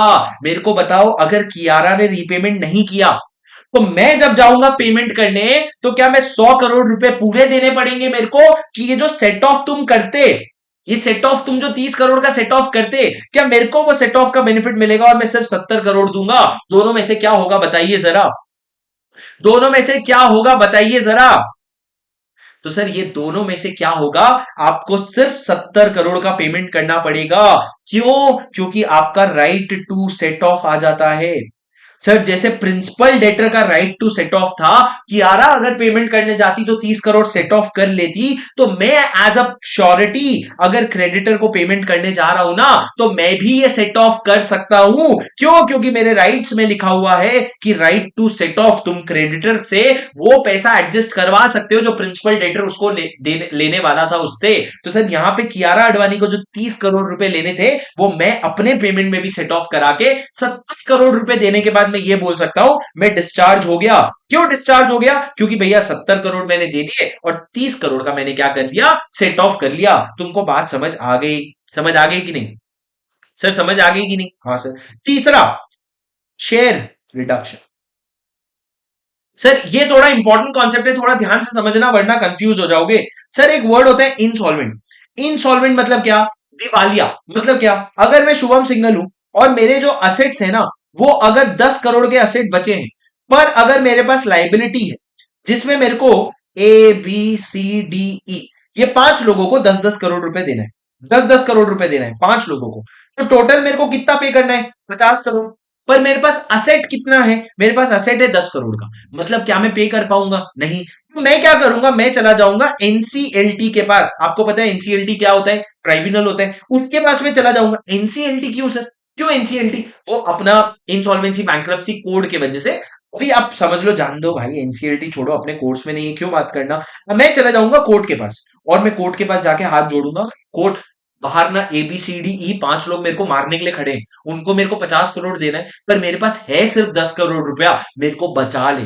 तो कोर्ट क्या करेगा? कोर्ट पूरे केसेस को देखेगा और बाद में शुभम को इनसॉल्वेंट डिक्लेयर कर देगा। इनसॉल्वेंट डिक्लेयर करने के बाद क्या बोलेगा कि शुभम, ABCDE को जो पैसा देना है ना, उनका पूरा 10 करोड़ तो तू एक जन को दे नहीं सकता, तो एक काम कर, सबको 2 करोड़ 2 करोड़ रुपए दे दे। 2 करोड़ 2 करोड़ रुपए दे दे, तो सबको मिला करके 10 करोड़ रुपए दे दे। मतलब ए को भी 2 करोड़ मिलेगा, बी को भी 2 करोड़ मिलेगा। सबको कैसे मिलता है? प्रपोर्शनेटली मिलता है, प्रपोर्शनेटली मिलता है। ठीक है, अगर इस तरह का केस होता है तो। अब मैं थोड़ा जूम इन करता हूं ये एग्जाम्पल में। सोचना सी वाले केस में क्या हुआ था। जब शुभम सिंगल ने सी से पैसे लिए थे, कितने? 10 करोड़। तो सामने नोरा फतेही ने गारंटी दिया था कि शुभम के 10 करोड़ रुपए अगर शुभम नहीं रीपे करेगा तो मैं कर दूंगी, शुभम अगर नहीं रीपे करेगा तो मैं कर दूंगी। पर सर शुभम क्या है, अब तो वो इंसॉल्वेंट डिक्लेयर हो गया। तो इंसॉल्वेंट डिक्लेयर होने के बाद अब शुभम 2 करोड़ ने 10 करोड़ नहीं, सिर्फ 2 करोड़ रीपे करेगा। तो क्या बचा हुआ 8 करोड़ जो है, क्या बचा हुआ 8 करोड़ जो है, वो तुम नोरा से निकलवाओगे? सर इनसॉल्वेंट होने की वजह से सी को 10 करोड़ की जगह सिर्फ 2 करोड़ मिल रहे हैं। क्या बचा हुआ 8 करोड़ नोरा से निकलवाओगे? ना जी ना, ना जी ना। सर ये जो रिडक्शन हुआ है ना, ये जो रिडक्शन हुआ है 10 करोड़ का 2 करोड़, ये आपके गारंटी में भी रिडक्शन हो जाएगा, और नोरा भी सिर्फ वो 2 करोड़ के लिए लायबल है। अब वो पूरे पैसे देने के लिए लायबल नहीं है, वो सिर्फ 2 करोड़ रुपए के लिए लायबल है। ये जो 2 करोड़ देने बोला गया था ना, अगर वो भी नहीं पे कर पाता शुभम, तो नोरा आकर के पैसे देके जाएगी, वरना देने की जरूरत नहीं है। म्यूजिकल वर्ल्ड पूछ रहा है कोर्ट देगा क्या 40 करोड़? नहीं सर, कोर्ट नहीं देगा। ये जो 8-8 करोड़ का है ना, ये इन लोगों का नुकसान है। शुभम के साथ डील करने की वजह से तुम्हारा ये 8-8 करोड़ का नुकसान हुआ है, कोर्ट क्यों देगा? हाँ, तुम्हारे ससुर का कोर्ट है, कोर्ट देगा। बकवास करते हो। तो सर यहां पे क्या हुआ, को एक्सटेंसिव की बात है सर। को एक्सटेंसिव मतलब क्या, शुभम सिंगल जितने अमाउंट के लिए लायबल है प्रिंसिपल डेटर, उतने के लिए आपका श्योरिटी लायबल है, तो यहां पे आप सिर्फ 2 करोड़ दोगे। तो सर मैं वापस आ जाता हूं राइट्स पे। मैं राइट्स डिस्कस कर रहा था, क्रेडिटर्स के सामने आपका क्या राइट है, पहले तो उनके सिक्योरिटीज आपके सिक्योरिटीज हो जाएंगे। अगर कोई अमाउंट सेट ऑफ करना था तो वो सेट ऑफ भी हो जाएगा। और तीसरा, अगर कोई शेयर रिडक्शन हुआ है, अगर कोई रिडक्शन हुआ है, रिडक्शन मतलब क्या, अगर इंसॉल्वेंसी की वजह से अमाउंट कम हो गया तो वो अमाउंट आपके लिए भी कम हो जाएगा, क्योंकि आपकी लायबिलिटी को एक्सटेंसिव होती है। ये 3 पॉइंट याद हुआ सर। ये 3 पॉइंट किसके अगेंस्ट आपकी बात है, क्रेडिटर की बात। मैं क्या पढ़ा रहा हूं सर, मैं आपको पढ़ा रहा हूं राइट्स किसके, मैं आपको पढ़ा रहा हूं राइट्स किसके, मैं आपको राइट्स पढ़ा रहा हूं श्योरिटी के। उसमें पहला राइट्स मैंने आपको पढ़ाया प्रिंसिपल डेटर के अगेंस्ट, फिर मैंने आपको पढ़ाया क्रेडिटर के अगेंस्ट। प्रिंसिपल डेटर के अगेंस्ट आपके 2 राइट्स है सर। पहला, क्रेडिटर्स के शूज में स्टेप इन कर जाओगे, उसको कहते हैं सबरोगेशन, राइट्स ऑफ सबरोगेशन। और दूसरा आपकी कॉन्ट्रैक्ट ऑफ इंडेमनिटी तो है ही।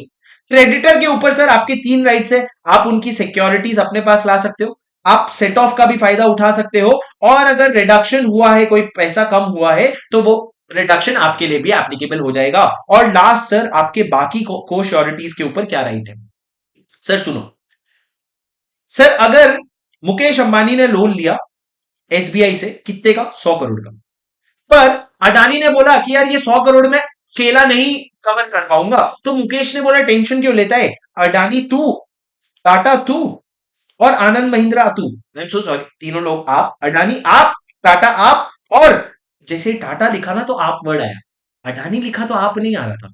ऐसा होता है कि पैसे कितने भी कमा लो, इज्जत अलग से कमानी पड़ती है। सुनो मेरी बात सर, अडानी जो है वो उनको बोला गया कि आप टेंशन मत लो, आप भी दोगे गारंटी, आप भी दोगे, और टाटा भी देंगे, और आनंद भी देंगे, ये तीनों मिला करके गारंटी देंगे, तो इनको कहते हैं को श्योरिटीज। अब सर जब भी को श्योरिटी की बात आए ना, तो इनकी जो लाइबिलिटी होती है ना, हमेशा याद रखना है, इनकी लाइबिलिटी इक्वल होती है। इक्वल लाइबिलिटी मतलब क्या, कल को अगर मुकेश अंबानी ने कर दिया डिफॉल्ट, तो आप क्या पूरा अडानी से 100 करोड़ ले लोगे क्या सर, वो डिपेंड करता है कॉन्ट्रैक्ट पे। अगर कॉन्ट्रैक्ट ये है कि सारे लोग ज्वाइंटली एंड सेवरली लायबल है, जैसा कि आपने पार्टनरशिप एक्ट पढ़ा है तो आपको पता है ज्वाइंटली और सेवरली मतलब क्या, ज्वाइंटली एंड सेवरली मतलब क्या, तीनों से मिला करके भी 100 करोड़ ले सकते हैं, या अकेले अडानी को भी बोल सकते हैं तू 100 करोड़ रुपए दे। पर सर इन जनरल अगर मैं आपको बोलूं तो तीनों की लायबिलिटी इक्वल होती है। इक्वल मतलब क्या, अगर 100 करोड़ का डिफॉल्ट हुआ ना, तो अडानी से 33 करोड़ लिया जाएगा, 33.33 करोड़, टाटा जी से 33.33 करोड़, और आनंद महिंद्रा जी से 33.33 करोड़, इस तरीके से पैसा लिया जाएगा। ठीक है सर। पर मेरे को एक बात बताओ, पर सर मेरे को एक बात बताओ, अगर को श्योरिटी क्या ऐसा भी हो सकता है कि मुकेश अंबानी ने 100 करोड़ का लोन लिया एसबीआई से, अब वो 100 करोड़ का लोन, चलो 100 करोड़ का लोन नहीं, मैं आपको प्रैक्टिकल एग्जांपल देता हूं, उन्होंने लोन लिया 7 करोड़ का, कितने का, 7 करोड़ का। उसमें अब अडानी ने, टाटा जी ने, और आनंद महिंद्रा जी ने बोला हम गारंटी देंगे। पर सर अडानी ने बोला नहीं भाई, मैं इक्वल शेयरिंग भी नहीं रखूंगा, मैं आपको सिर्फ 1 करोड़ रुपए तक की गारंटी दे सकता हूं। टाटा जी ने बोला मैं सिर्फ 2 करोड़ तक की गारंटी दे सकता हूं, और आनंद महिंद्रा जी ने बोला कोई बात नहीं, मैं बाकी 4 करोड़ रुपए की गारंटी कवर करता हूं, 4 करोड़ रुपए तक की गारंटी मेरी। इस तरह की बात हुई सर। 1 करोड़ की गारंटी कौन, अदानी जी दे रहे, 2 करोड़ का टाटा, 4 करोड़ का आनंद। ऐसा हो सकता है, बिल्कुल हो सकता है सर, जितना तुम्हारा केपेबिलिटी उतना ज्यादा तुम गारंटी दो। तो मुकेश अंबानी ने बोला ओके, 7 करोड़ का लोन ले लिया। अब सर मेरे साथ प्लीज ध्यान से सुनना, एग्जाम्पल याद करो, 7 करोड़ का लोन लिया और बदले में तीनों ने गारंटी दिया अलग अलग, 1 करोड़, 2 करोड़ और 4 करोड़। अब सर मेरे को एक बात बताओ, पहला केस मुकेश अंबानी ने कर दिया डिफॉल्ट, कितने अमाउंट का डिफॉल्ट किया सर, पहला केस मुकेश अंबानी ने 3 लाख रुपए का डिफॉल्ट, 3 करोड़ रुपए का डिफॉल्ट किया, कितने का, 3 करोड़ का डिफॉल्ट किया। मेरे को बताओ किससे कितना पैसा लोगे, तो लॉ ने बोला भैया कोशिश हमेशा यही करना कि सबसे पैसे इक्वली लिए जाए। को श्योरिटीज मतलब क्या, everyone will be equally responsible, तो आप 1 करोड़ इससे लोगे, 1 करोड़ इससे लोगे, और 1 करोड़ इससे लोगे, तीनों से 1-1 करोड़ रुपए लोगे और काम खत्म हो जाएगा। पर सर यही डिफॉल्ट अगर 1 करोड़ के 3 करोड़ के जगह 4 करोड़ का होता, तो सर आप क्या करते, आप इसको इक्वली डिवाइड करते, तो आप बोलते भैया 1.33 करोड़ इनसे, 1.33 करोड़ इनसे, 1.33 करोड़ इनसे। पर क्या सर इस तरीके से डिवाइड कर सकते हो, क्या 1.33 करोड़ का डिवाइड कर सकते हो? बिल्कुल भी नहीं कर सकते सर। क्यों? क्योंकि अडानी तो बोला है 1 करोड़ के ऊपर मैं दूंगा ही नहीं। अडानी ने तो बोल दिया 1 करोड़ के ऊपर मैं दूंगा ही नहीं, तो सर आप अडानी को 1.33 करोड़ कैसे मांग सकते हो? आप बिल्कुल भी नहीं मांग सकते। तो आप क्या करोगे, एक काम करो, सबसे पहले मैक्सिमम इक्वली कितना स्प्लिट कर सकते हो? मैक्सिमम इक्वली तुम 1 करोड़, 1 करोड़ और 1 करोड़ स्प्लिट कर सकते हो, वो कर दो। अब बचा कितना? बचा 1 करोड़ और बच गया। वो 1 करोड़ को बाकी लोगों में स्प्लिट कर दो, मतलब 50 लाख इसमें और 50 लाख इसमें।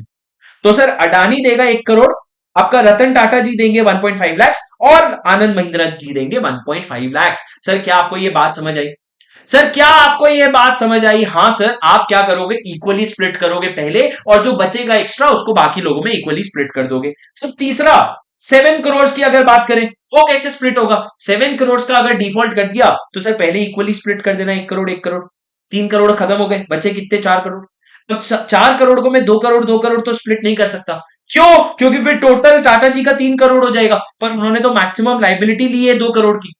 तो मैं क्या करूंगा, इनको और 1 करोड़ दे दूंगा, तो इनकी मैक्सिमम हो गई 2 करोड़, और बचा जो पूरा 4 करोड़ है वो इनको, 3 करोड़ है जो वो इनको दे दूंगा, तो इनका टोटल हो जाएगा 4 करोड़। तो आप सबका मैक्सिमम लिमिट ब्रीच हो जाएगा। मतलब सर बात ये है कि अगर लिमिट के अंदर का डिफॉल्ट है तो सबको इक्वली स्प्लिट करो, पर अगर लिमिट के ऊपर जा रहा है ना, तो मैक्सिमम अमाउंट का ध्यान रखो कि मैक्सिमम कितना लाइबिलिटी अंडरटेक किया है लोगों ने।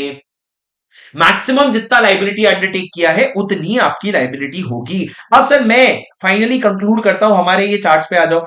ये लाइबिलिटी की बात की है, फिर डिस्चार्ज की, फिर राइट्स की बात करते हैं। राइट्स की बात में मैं इसको पार्ट में स्प्लिट कर देता हूं, 3 पार्ट में। पहला राइट्स आपका प्रिंसिपल डेटर के अगेंस्ट है, फिर क्रेडिटर्स के अगेंस्ट है, और फिर को श्योरिटीज के अगेंस्ट है। को श्योरिटीज वाला मैं डिस्कस डिटेल में नहीं करूंगा, मैं लिखूंगा they are equally liable subject to maximum amount guarantee.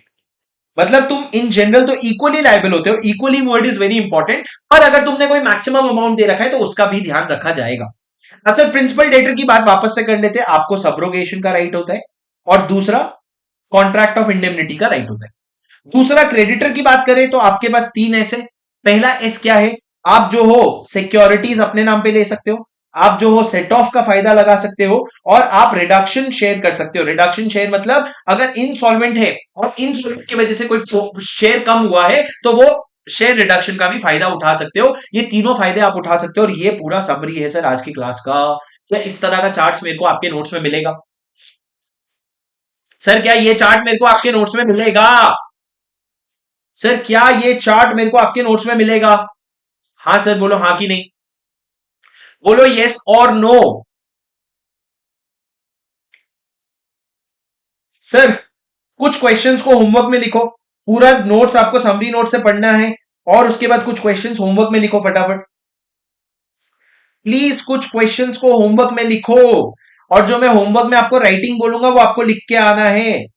Question number 2 homework, not in writing. Question number 3 homework, MTP में आ रखा है। Question number 4 homework, not in writing. Question number 5 homework, not in writing. Question number 6 homework plus in writing. पूरा proper exam की तरह answer लिखोगे sir, exam में आया हुआ क्वेश्चन है।